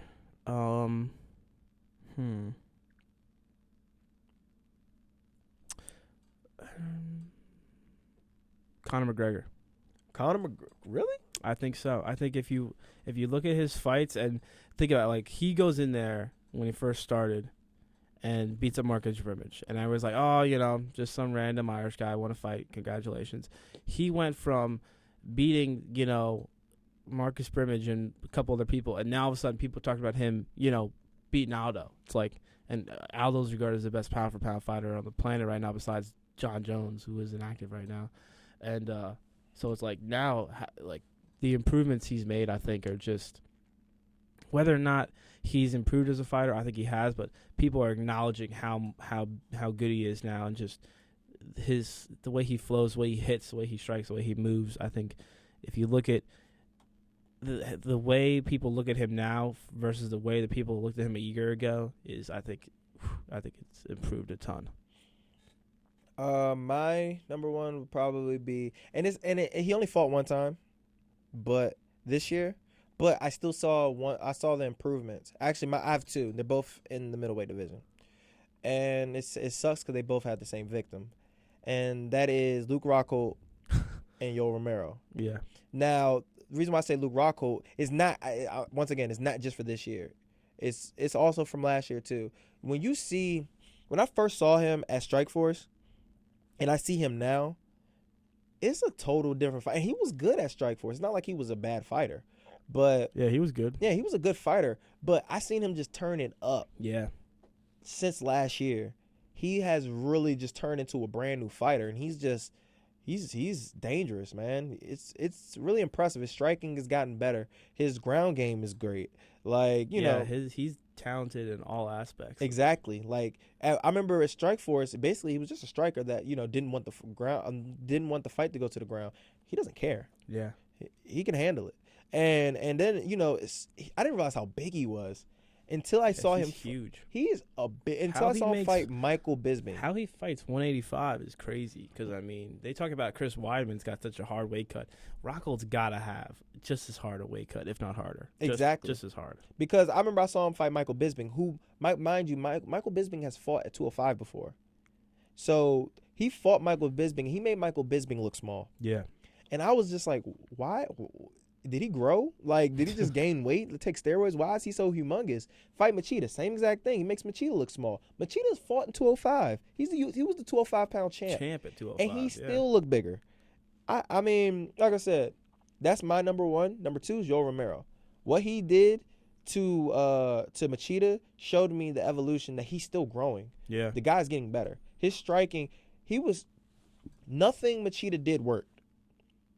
Whereas it was different with Machida versus Rockhold. Machida at first was landing shots. Yeah, he was. The first minute or two, he was holding his own on his feet. Like it was actually pretty even until he did something dumb and he ended up on the ground and the fight was over after that. They took it to the ground and the fight. But when they were on their feet, the fight wasn't one-sided. From 5 minutes until he got finished, Machida did nothing. He couldn't do anything. If he tried to kick him, it was blocked. He tried to punch him, Yoel will move out the way. He was just that better than him. And I don't think if that happened last year, if them two would have fought, I don't think that fight would have looked like that. I think Machida would have looked better. Now, mind you, Machida would have been better last year, but I also think Yoel Romero was also worse too. Yeah, so I agree with that. Yeah. So I definitely think Yoel Romero has just shown that, hey, I'm great. Jacare actually also would be up there too because the guy is a striker now. Like, the guy can knock you out with ease. So, it's just that 185 division. They all have just improved. Everybody's gotten better, including Weidman. Yeah. So, that whole division is definitely a division to look out for. So, okay, once again, another question. All right. Fighter of the year. Fighter of the year. And you can go off of, let's say, predictions for who you think is going to win in their next fight. Okay. Fighter of the year. Whew. I'm trying to not say Conor McGregor again, but I think if he beats Aldo, I don't know how you could not give it to him. But if we're not talking McGregor, I'd have to go with somebody else. I'd go with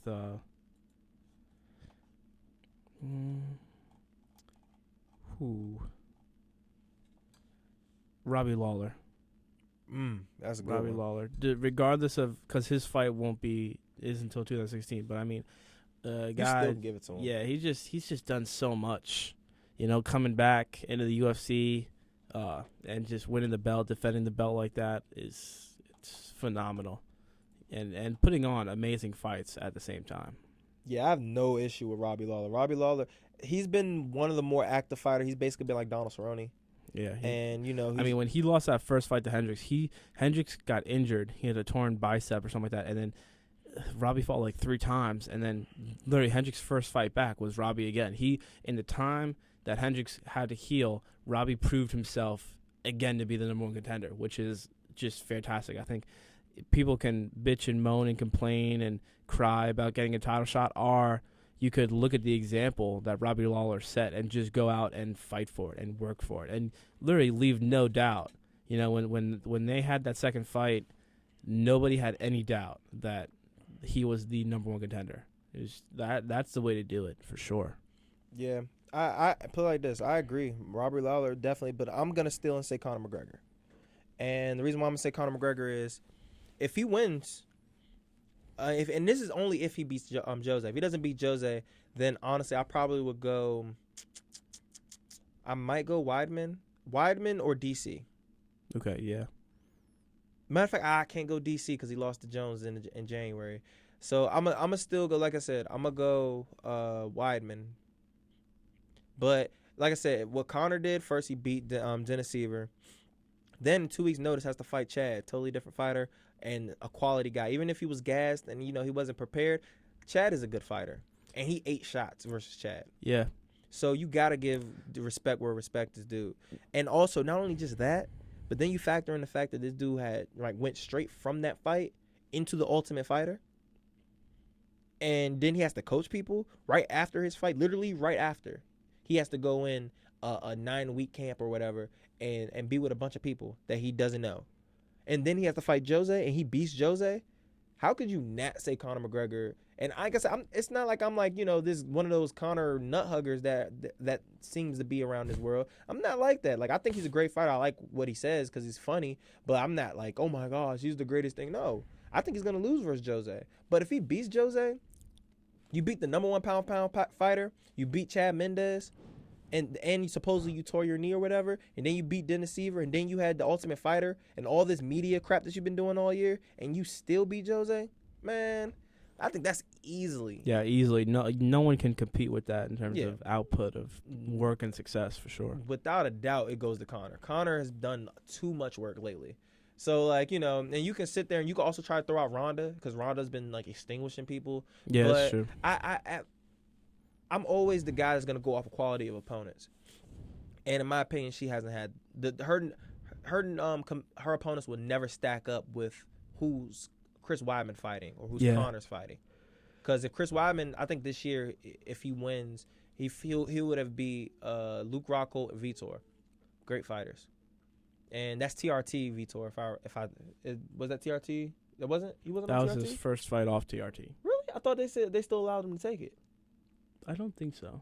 Really? I could be wrong, but I don't think so. Oh, well, I mean, if not, then hey, still. At the end of the day, Vitor's a dangerous guy. It doesn't matter. People can say what they want about TRT, but Vitor's a dangerous striker. We saw that this weekend. Yeah, there you go. We no saw TRT. Knocked him out of the head kick. Still knocked him out. So, definitely. All right, so next question. Who do you think is I wouldn't say least improved, but a guy who you think is going downhill, declining? Oh, man. I think there's a couple of them. I think the most obvious one would be from this weekend, Dan Henderson. I think he should have retired a while ago. I think he holds on every fight. I think he's one of them definitely that we need to somebody's got to say something to him. He's probably going to be one of the guys where Dana White's going to have to retire him. Another one would be Barao. I think, Barao is crazy because Barao went from being top of the world, pound for pound, top 3 pound for pound, to all of a sudden getting his ass beat so bad he has to leave the division. I mean, think about that. Think about how crazy that is. We're talking top 3 pound for pound just at last 1 year. At 1 year. Next year, getting his ass beat so bad he has to leave the division. And he doesn't even look the same. I mean, we're talking that is like he took a nosedive, man, in his career. So if you're talking, that's definitely one that is looking a lot worse. And mine is, and I hate to say it because I love this guy to death, is Machida. Oh yeah, that's another one, man. Machida is not the same fighter, and I can see him retiring. Not Well, the thing about Machida is not only is he getting worse, but he's declining in age. I mean, he's inclining in age and declining in skills and athleticism. But now he's fighting like better people. Like he's fighting. Like it's not like he's like look at like Michael Bisping. Michael Bisping is smart as shit because Michael Bisping knows he's not the fighter he used to be, but he's also fighting. He's not fighting the top 3 guys in the division. Yeah, he's fighting like latest. And yeah, he's fighting people. Like he's fighting up and comer guys. He's fighting like top 15 guys, and he's doing good. That's what Machida should be doing right now. Instead, Machida's like fighting for a title or a number 1 contender spot like every other fight now, like Rockhold, Romero, Weidman. What the fuck? I mean, you're talking the top. You're talking about a guy declining in skill, and then out of his last 3 fights, he fights the best 3 out of the 4 guys in the division. I mean, what do you expect? So I don't see him retiring, but I think he needs to take a substantially different approach to who he's fighting. The reason why I was like even saying that he should probably retire, because if you really look at his last 3 fights, not last 3, his last 4 fights, you think about the amount of damage this guy took. Yeah. Like outside of the CB Dollaway fight, you got the Weidman fight. Took a lot of damage from that fight. Then you look at the Luke Rockhold fight. He took a lot of damage. And Yo Romero, that was absolutely concussive. Yeah. So that's the reason why. It's like, you're starting to slowly but surely become, you're starting to get finished. Like, once I feel like you start getting these finishes in a row, and of course his next fight, whenever he does fight, that's going to depend on it as well. But I feel like, once that, once you start getting finished consecutively, I feel like you should probably hang it up. Yeah, unless, especially when you're getting up there in age. It's one thing if you're like 22 and you got knocked out twice. No, you can probably still you'd be fine. But he's like 36 now. Yeah, I think it's time for him to hang it up. Yeah. Or he's either got to hang it up or he's got to start fighting. He's got to start fighting like top 15 guys. The Bisping point was really good. I think the last time he fought somebody that was like up there was Luke Rockhold. And he got finished. And now he goes from fighting Luke Rockhold to fighting, he like main events like fight nights now against, top right outside top 15 guys about that. And that's really what he should be doing. That is the future. He could fight another 10 times doing that and it'd be fine. I can honestly see like Machida fighting like Vitor next. And I honestly think that would be a fine matchup just for the fact that they're both up there in age and, supposedly both are declining. Yeah. And, I can see that being a really phenomenal matchup. And they're still top 10 fighters. So, I heard people saying like more so Vitor versus Uriah Hall. But, I was hearing Vitor versus Tim Kennedy. That's because Tim Kennedy's been talking some crap about Tim Kennedy. I already told you I hate him, son. I hate him so much. He's probably the most boring fighter in the UFC right now. Well, he hasn't fought since the Yo Romero fight. Yeah, because he's probably still bitching about it. Probably. Like, he's been bitching about it for literally ever, and I'm like, get over it, bro. And if you fought him again, you'll lose. Like, I'm a Tim Kennedy fan. I know you are. I enjoy watching him. I know you are. All right. So, give me. I'm pretty sure you're gonna say what's it called? It's gonna be your favorite fight. So, give me your other favorite fight this year. Besides what? What would you think my answer would be? Rory versus Robbie. All right, that was probably my favorite fight. My other favorite fight of the year. Because we had a bunch of good ones. Yeah, we had a ton of good ones, man. I'm trying to think. Let's put out the UFC cards as of late so you can like get the. Yeah, I'm trying to think because it's like honestly like I feel like every other week I have a new favorite fight. Like you watch this fight and it's like it's always what we've done for me lately. So it's like one of those what have I seen lately. Yeah, right. So it's definitely it's definitely not an easy choice, especially you got all these like fights that's been happening. There's been some crazy fights this year. Like Let's look at some of these main events. Let's look at the main event cards. You got the Silva Diaz, you got the Henderson Thatch, Bigfoot Mir. That was hilarious. Edgar versus Faber I thought was extremely good. I think that was one fight that flew under the radar because like you watch it or you heard of it and it was like like they're changing divisions. Frankie Edgar and Uriah Faber, two like top guys, and that fight was like when people say like I don't know how like he's gonna beat Chad. Like Chad and Frankie are very similar. I mean, not Chad and Frankie. Chad and Uriah. You know, same camp, very similar To fighters. me, and, they're like the same and- fighters. yeah. Just different body and types. Frankie, that was a great fight. That fight really showed how Frankie could do damage, score points with his strikings, get key takedowns, get some decent ride time, do a decent amount of damage. Like that was like just a textbook performance from Frankie Edgar, and that's one of my favorite fights for sure from this year. And it's very under the radar. You know, that's not a fight that you heard a lot about before or after. It kind of flew just under the radar in that fight. I definitely can agree to that. I mean, you know, as far as championship fights go, well, a lot of the championship fights were pretty dominant this year. Yeah, Like, not very many close ones. Like Cormier versus Gustafsson, I know like the judges gave it like a closer score than it should have, but I didn't think it was close at all. yeah, I thought think Cormier won pretty it much easily, clearly. you know. You know, And you've got Verdum and Kane, Velasquez. he That beat was the living hell out of Kane. Barao and Bro, oh my goodness, Dillashaw. can't even bring that one up. Then you got all of Ronda's fights. Yeah, all around the fights. Demetrius Johnson has had a close He's fight since always like 2011. dominates. Then you got, you know, the Vitor fight was a beatdown. Yeah, Weidman beat him down pretty hard. So yeah, in reality, when it comes to championship fights, you can only go like really Rory versus Robbie because Yeah. that was the only competitive fight. That was amazing, man. That was the only fight that's really been competitive because the Pettis fight, once again, one-sided. Pettis got beat every round Yeah, for sure. pretty easily. Like, you know, you can never go. Yeah, in my opinion, you definitely. And then you got Johnson versus Cormier, which once again was a complete beatdown.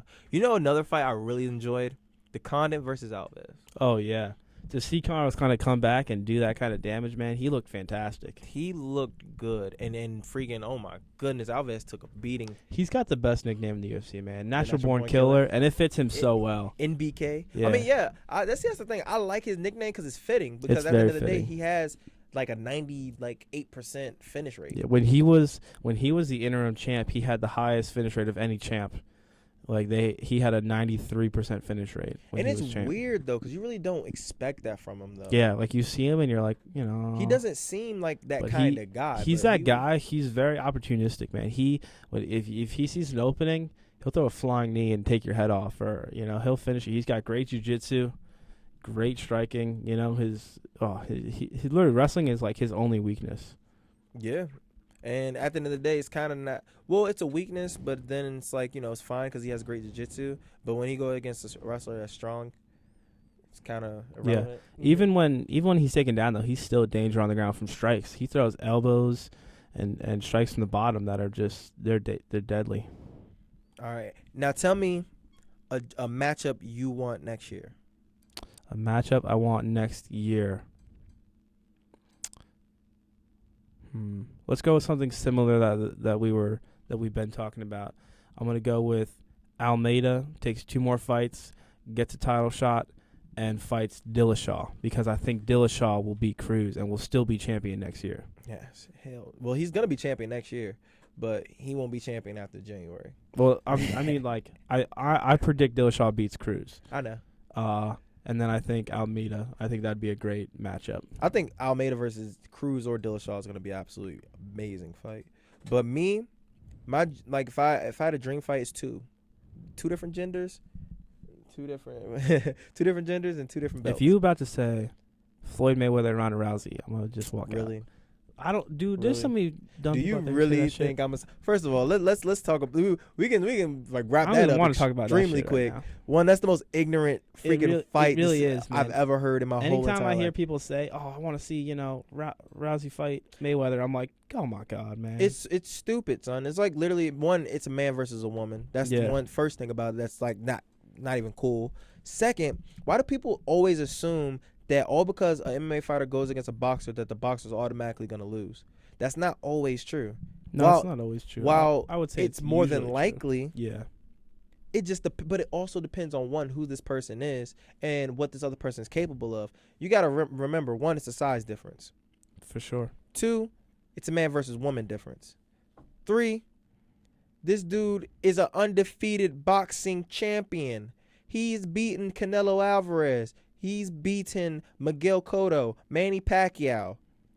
Yeah, he'd hit Ronda and she wouldn't even know what's happening, man. Let's be honest. And this is with gloves, not the 2 ounces that they wear in the UFC or 4 ounce or whatever it is. It's not the little 4 ounce gloves. It's what, 12? Did they fight with 12 or 16? I'm not sure. I think it's 12. Is it 12? But and people that don't think that's a difference, it's a humongous ass difference. It's a huge difference. That dude, Floyd Mayweather, while I will say that he doesn't have knockout power in boxing, if he was in MMA, he would have knockout power. And not only would he have knockout power, his finish rate would be a lot higher because you got to think he has knocked people out before. He's knocked out over 20 people. So maybe, I don't know, man, because there's so many different things in MMA that knockouts come from. We've never seen Floyd Mayweather doesn't even know how to throw a kick. We don't know. So in MMA, just based off his hands, he could have knockout power. But that's what I'm saying, though. That's what I'm talking about knockout power. It's not. I'm you not can saying his still finish rate be a would boxer. higher. You can still be a boxer, and no, I'm saying it'll be higher than boxing. Yeah, because he's wearing bigger gloves and he's fighting bigger people. Another thing people don't realize, he's fighting people that's a lot bigger than him, which affects knockouts. It's kind of hard to knock out somebody who's 20 pounds heavier than you. And, you know, at the end of the day, you're not known for power. Yeah. So it's a little tougher. Like, it's just like a 125-pounder trying to knock out a heavyweight. So, wait, what was the matchup that you wanted to see? Yeah, the matchup I want to see is Ronda versus Cyborg. Okay. That's the fight I want to see. And the guy fight I want to see is Weidman versus Jones in New York. I would love to see both those fights. I want to see that in New York, Madison Square Garden. I want it like around like July 4th. I want it like around that time, because you know they always try to get like a really good fight around then. Yeah. So you know, and then it gives like I don't know when Jones is gonna end up fighting or whatever, but I think it'll give both of them enough time to be able to prepare, promote, and do everything. Yeah. So if not July 4th, then I will like it to be like a December card, and have them fight at the end of the year. Madison Square Garden, have them fight, and that will sell out without a doubt. And I already find it dope the fact they have like their Ronda's fight in the arena in I think that's gonna be amazing. And you would think like that's in Australia. That's not even like her hometown or Holly Holm's hometown. That is just like they just picked the stadium and they're like she's just gonna fill it up. You know they've been trying to do. She's just gonna fill the stadium up. They've been trying to do the Texas stadium because I don't know. I know you're not big on football, but I don't know if you've seen it. Have you seen the Dallas Stadium? It's freaking amazing. Yeah, they've been talking about doing a stadium fight there but they need a super fight. They were talking about doing the stadium fight with Brock Lesnar versus Fedor years ago. That was like when it first started. And then it was like GSP versus Silva. Yeah, they've been talking about doing stadium fights for a long time. But I mean, I wish they do bring out more outdoor fights, man. I think I think that'd be exciting to see a whole stadium. Yeah, like but you'd have to do it for like a really stacked card, which people want to see. Like the December 12th card could do it without a doubt if it was in a certain spot, like. And if their names were, if they were more like, I would say, public figures. Yeah. Because the reason why, you know, they always talk about super fights. And Jose, it's kind of hard not to say it's not a super fight, but in my opinion it is, because it's just, these guys are, like, great fighters. Like, but a lot of people don't know Jose. A lot of people he's really not the most outspoken guy. And he doesn't speak English. Like, Ronda Rousey is, like, big fan favorite. She'd sell it out. She's a female favorite. Yeah. So I think like if you were to do like a Conor McGregor show in Ireland, you could sell out a massive stadium. Yeah, like you'd have it's there's a lot of things you'd have to fit there. You have to have the right people, the right place, the right fan base, the right fights. Everything has to line up perfectly to fill up a stadium, and I think they could do it. I believe they can too. But those are the two fights that I would love for it to happen. Do I think either one is gonna happen? I think you got a better chance at John Jones Weidman than you do Cyborg. Funny thing is, I actually believe it's the opposite. I think it's more likely that you'll have, because I feel like Weidman has more fights that he has to, and it's no guarantee that he's even going to win those. It's true. He got the gauntlet of fights coming up. He got 3 fights coming up, and I don't think he's worried about John Jones as of right now. At least he shouldn't be. He shouldn't be. He's still got. He got his hands more than full. Exactly. With Yomaro, Jacare, and Rockhold. I mean, let's face it. Whoever wins between Yo Romero and Jacare, the winner will get the next title shot. But the loser is like one fight away from being the next title contender anyway. One dope finish away from getting the only way that the loser of that fight doesn't get a title shot is, let's say Jacare beats Romero and then Jacare beats Weidman. Then Romero won't get a title shot right away. But like, let's say if Romero wins, Romero fights Weidman beats him, then Jacare is just, he's automatically put in the spot because he's like, who's left? Exactly. So all 3 of those guys. He's gonna have to fight all 3. Yeah, There's sure. no way around it. For sure. So he's gonna fight all three, and there's no guarantee he's gonna win because No guarantee at all. three of them are absolute killers. Whereas in John Jones is in the opposite boat. He beats Cormier again, and then he beats Anthony Johnson. In reality, there's nobody. In reality, there's nothing left. He'll take, and it's like you could say maybe Bader, but Bader, he'll beat up Bader. That's a gimme fight. Yeah. That's not really. That's a John Jones potential highlight reel fight. That's all that would be. Yeah, exactly. Like that would be. I honestly pray John Jones moves up to heavyweight. I mean, he should. He should. Man. In reality, and I think he'd be wins, champ at heavyweight. I think without a doubt, I know he could beat Fabricio. Oh yeah, there's no doubt about it. Now Kane is a little bit of a different matchup. I think he beats Kane too, man. I think he can beat him, but I think it's a tougher match for him. I think if what are you gonna say? Oh, Kane would just grind on him and grind. No. Well, so would fucking Cormier, and we saw how that worked out. No, Cormier is just a second tier version of Velasquez, and but Kane is bigger. Not by much. Stronger. Not by much. I don't think not by much, man. But he beats the hell out. From what Cormier says, Kane beats the hell out of him. That's hype, man. That's hype. Let's be honest. I don't really think that hype. I really think Kane beats him. I think they're really really close. And I think we saw what John Jones did to Cormier, and I think it's gonna go the same way with Velasquez. I think he's gonna try to pressure him, and he's gonna be like, "Holy fuck, what is happening? John Jones is pressuring me." No, like I said, I still think that he can beat Kane, but I'm saying that I think that's just way too. Whereas, and I think Fabricio he could pick apart. Yeah, I don't think Fabricio offers anything because at the end of the day, size isn't that big of a difference between them two, and striking. I don't care what anybody says. His striking does not impress me. It really doesn't. The only thing that impresses me is, of course, his ground game. And I don't think John Jones will use his wrestling versus him because I don't think he needs to. I think he could pick him apart standing. Oh, yeah, for sure. I don't think anyone stops John Jones. I think Weidman has a better chance of beating John Jones than anyone in heavyweight. You said Weidman? Yeah. I think Weidman has a better shot at beating him than anyone. I think Kane has the best shot. Outside of Kane, I don't see nobody else. I feel like JDS would get beat on by John Jones. I think John Jones would. I think JDS fight would be interesting for the first round. But if he doesn't catch John Jones in the first round with a massive punch, then he's just going to continue to get picked apart. I think the long arms is going to stop him from doing that, and the quickness. I don't think he'll be able to get in close with him. And I think John Jones will be able to pick him apart because, one, it's not hard to hit JDS, and JDS can be stiff at times. And I can see him like going for his knees like he normally, the little knee kick that he like to do. Oblique kick, yeah. Oblique kicks. I can see him doing that. And, I think that's a bad matchup for Junior Dos Santos. Overeem, I think the funny thing is, I think John Jones can actually knock out Overeem.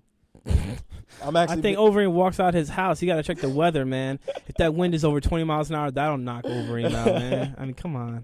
I really think he could knock him out. Like, if freaking Chuck Liddell and Shogun can knock him out, I'm pretty sure John Jones can knock him out. Overeem and Bigfoot are in the same boat, man. And Dan Henderson, crumbling chins. Yeah, they're crumbling. Yeah, I mean, once I start to realize that I'm getting rocked a lot more, I'm not fighting no more. There's no need to fight because once your chin gone, there's literally nothing the chin is you can do. It's not a muscle. It's not something you can work on and it gets better. I'm telling you, when you're born, your chin has let's use an example of a life bar. And every big shot you take, man, that life bar permanently goes down. And when you get within a certain range, you can get flash KO'd at any moment. And, a lot of fighters, Overeem, Bigfoot, Dan Henderson, those are guys whose their chin's life bar is so low, they're in flash KO range at any given point. Yeah, and that's absolutely right. We saw with Chuck Liddell, man. The guy, you could literally take a brick and throw it at his head, and he would walk through it. Nowadays, I mean, in the last couple of fights, he could barely take a punch, So it happens to fighters, and I know fighters have there's a good amount of pride that they have to deal with to get over that, but they need to for their own safety. Yeah, that's always been my big issue with fighters. Just call it quits when it's time to call it quits. But we like I said, with next year, I definitely hope that we can get somebody, at least try to get some of these super fights. I always have a problem mainly with, Dana White and the whole Ronda situation because I really want Ronda Rousey to fight Cyborg. Yeah. Because if you really think about it, if Ronda Rousey beats Holly Holm, who else is she really going to fight next? Do we really want to see a Miesha Tate versus Ronda Rousey 3? No, we don't. No. But, I mean, there's really no one left. I don't think there's anyone left now. I think Holly Holm fight, that's just a filler fight to, I really don't think she has much of a chance. But I think she's the only person really left. You know. I just feel like if you're the champ, fight Cyborg. Like at the end of the day, you bump up. You can use that steroid excuse or whatever. She's passing the test just like you passing the test. Yeah. And if you got a problem with it, whatever. What did Wyman say? I don't care if this dude on TRT or not. He's a cheater, and I'm still gonna beat his ass. Yeah, man. You gotta. Isn't that a great fucking attitude to have, man? Just I don't give a shit, man. Take steroids. I forget who I was talking to this about, but we were talking about steroids and stuff, and I said, look, we're talking millions and millions of dollars that are going through these fighters' hands, and in this industry, people are gonna find a way to gain advantage. So the only way to make the playing field completely even is to make everything legal. Let's be honest here, because people are always going to find a way to get that, to one-up each other, get that slight advantage. That is very true. So I actually agree with that, like times 100. Like, but like for me, when I fight, like if you told me, hey, your opponent just tested positive for steroids, what do we do? I'd be like, what do I give a shit? Like, let's go fight. Like, trust me, like nobody takes steroids and then you don't start, throwing head kicks like crazy. There's a skill set here, and I have faith in my skill set, and that's what it comes down to. If you don't have faith in your skill set, and you start saying, well, maybe because he's a little bit stronger, his recovery time's a little bit better, then you can start worrying about steroids. But I think if you have confidence in your skill set and your training, like Weidman does, then it doesn't matter. It doesn't matter what drugs are on. Also, like I said, it's that New York mentality. If I fight somebody and they say you're on steroids, I'm like, hell no, I ain't fighting him. See, for me, I would want to fight someone on steroids because think about it. When I smashed the guy on steroids, think about it. I just smashed a guy on steroids. That is an accomplishment. That is true. I will give you that. And you looked at more of a badass. It's like Anderson Silva. And Absolutely. It was just like, oh, Anderson Silva beat Chael Sonnen. He was on steroids. Oh, he's a badass. Like, I mean, hey, it happens, man. But I'm just one of those, hey, if I ain't taking it, I don't want you to. That's the same. I mean, hey, put it like this. If I found out, like, let's say the week of the fight, he had busted for steroids, and I'm just like, do you want to still fight him? I'm not going to say no. Yeah. I'll put it like that. Just because, one, I've already put in the work in the training camp, and all that stuff. I'm not trying to waste that fight. Yeah, I still want to fight. Like, if I'm putting all this work and effort, I'm going to fight. So that's how I feel about it. But if it was like 2 months and he was like, oh, he got busted for steroids, I'm like, all right, well, we're going to book it till he clean. So let's go ahead and move it. But, that's just how I feel about it. Steroids is, I really wish there was no such thing, but at the end of the day, hey, people like to cheat, so you got to do what you got to do. Yeah, in this industry, man, you can't trust people. Everyone, when you're talking about an industry where everyone has one goal, and that's to be champion. There's no such thing as, people talk about it like it's real. There's sportsmanship and being a good character. No, fuck that. That is bullshit. There is one thing. There's being a champion, and there's not being a champion. And everyone wants to be a champion. And in the end, I've never blamed anyone for taking steroids. I fully understand why people do it because I feel I understand that drive to be champion. So I can't put any blame on them for that. That is too hilarious. But thank you, Josh. We are about to go. Yeah, man, it's a good episode. I know we haven't done it in a while. We've just been so busy with school, and wrestling season's kicking off now. So wrestling season for him. Yeah. But hopefully this is my first week of action, everyone. Yeah, so we'll get back into it. And we definitely gonna be back next week because we're gonna have to talk about this card. Oh, for sure. Even if we miss it, because we're probably gonna miss it, we still have other ways of finding it. Yeah, we got highlights, man. We got reviews. We got websites. Yeah. Well, I like to go on certain websites where they give you a play-by-play, like literally, if you go on MMA Mania, they have like live play-by-play updates, and like they'll give you like a page for each round, and it'll literally be like Ronda Rousey throws a jab, throws like it's like play. So I know exactly what's happening, even if I'm not watching it. I keep up with it, like it. I follow it so closely. Yeah, I feel you. I'll just watch it later. Yeah, and then I'll still read reviews, but then I'll like kind of make my own about like what's going on and stuff like that. But I'm hyped for this weekend. Finally get some fights. I hope we make it home in time. Like I hope we don't have no pee breaks after we eat and stuff. I'm like, hey, we definitely gonna stop somewhere. Trust me. You say that now after 5 matches or whatever. So like you're gonna be hungry. No. I said after we eat. Oh, after we, yeah. Yeah, we didn't this time. This time, this last tournament, we stopped we didn't even stop. We left from the tournament, drove for like 2 hours, we made Logan go to the front of the bus and tell him to stop because we was all hungry. We were like, Logan, get up there and tell coach we Why got to y'all stop make the Logan bus. do it? I don't know because Logan was walking up there. He wasn't walking. He was limping up there. Logan was hurt. And we thought it was like, Logan, go tell coach we want to stop. He's like, all right. So he went up there. We stopped at like a plaza. They had like every fast food joint imaginable. They had Taco Bell, Pizza Hut, Wendy's, McDonald's, Burger King, Sheetz, 7-Eleven, Arby's. They had like literally, it was like a plaza of every fast food you can imagine. So we all split up. Coach was like 40 minutes to be back on the bus. We all ate, and then we got back on that bus, and we didn't stop again. All right, well, hopefully we do something like that, except for we stop for something to eat sooner. Yeah. Because I know right after the tournament, I'm trying to eat. Oh, right after the tournament, yeah. But the thing is, though, the only thing about that is I'm not trying to eat too much because I'm pretty sure I'm going straight to B-dubs. So, like, I do want to – I'm probably going to have to get something there, too. So I'll probably just get something light just so I can hold my stomach, and then I'll just, get like a couple, maybe some wings or something like that. Oh, hell yeah. That night. But, like I said, everybody, stay with us. We're going to be back next week, talk about the fight, and hopefully some hilarious stuff go down. Hopefully it's a good card. Oh, I'm sure it'll be a good card. Looks like it. One way or another. Yeah, well, either it's going to go exactly how we planned it, and it's going to be just a textbook a showcase of their skills, or we're going to see some massive fucking upsets. There's really only two ways this fight card can go. That is true. And either way will be good. So thanks for listening, everybody. Appreciate it. And till next time. Till next time, everybody. This is the Josh and Josh Show. Stay black, everyone.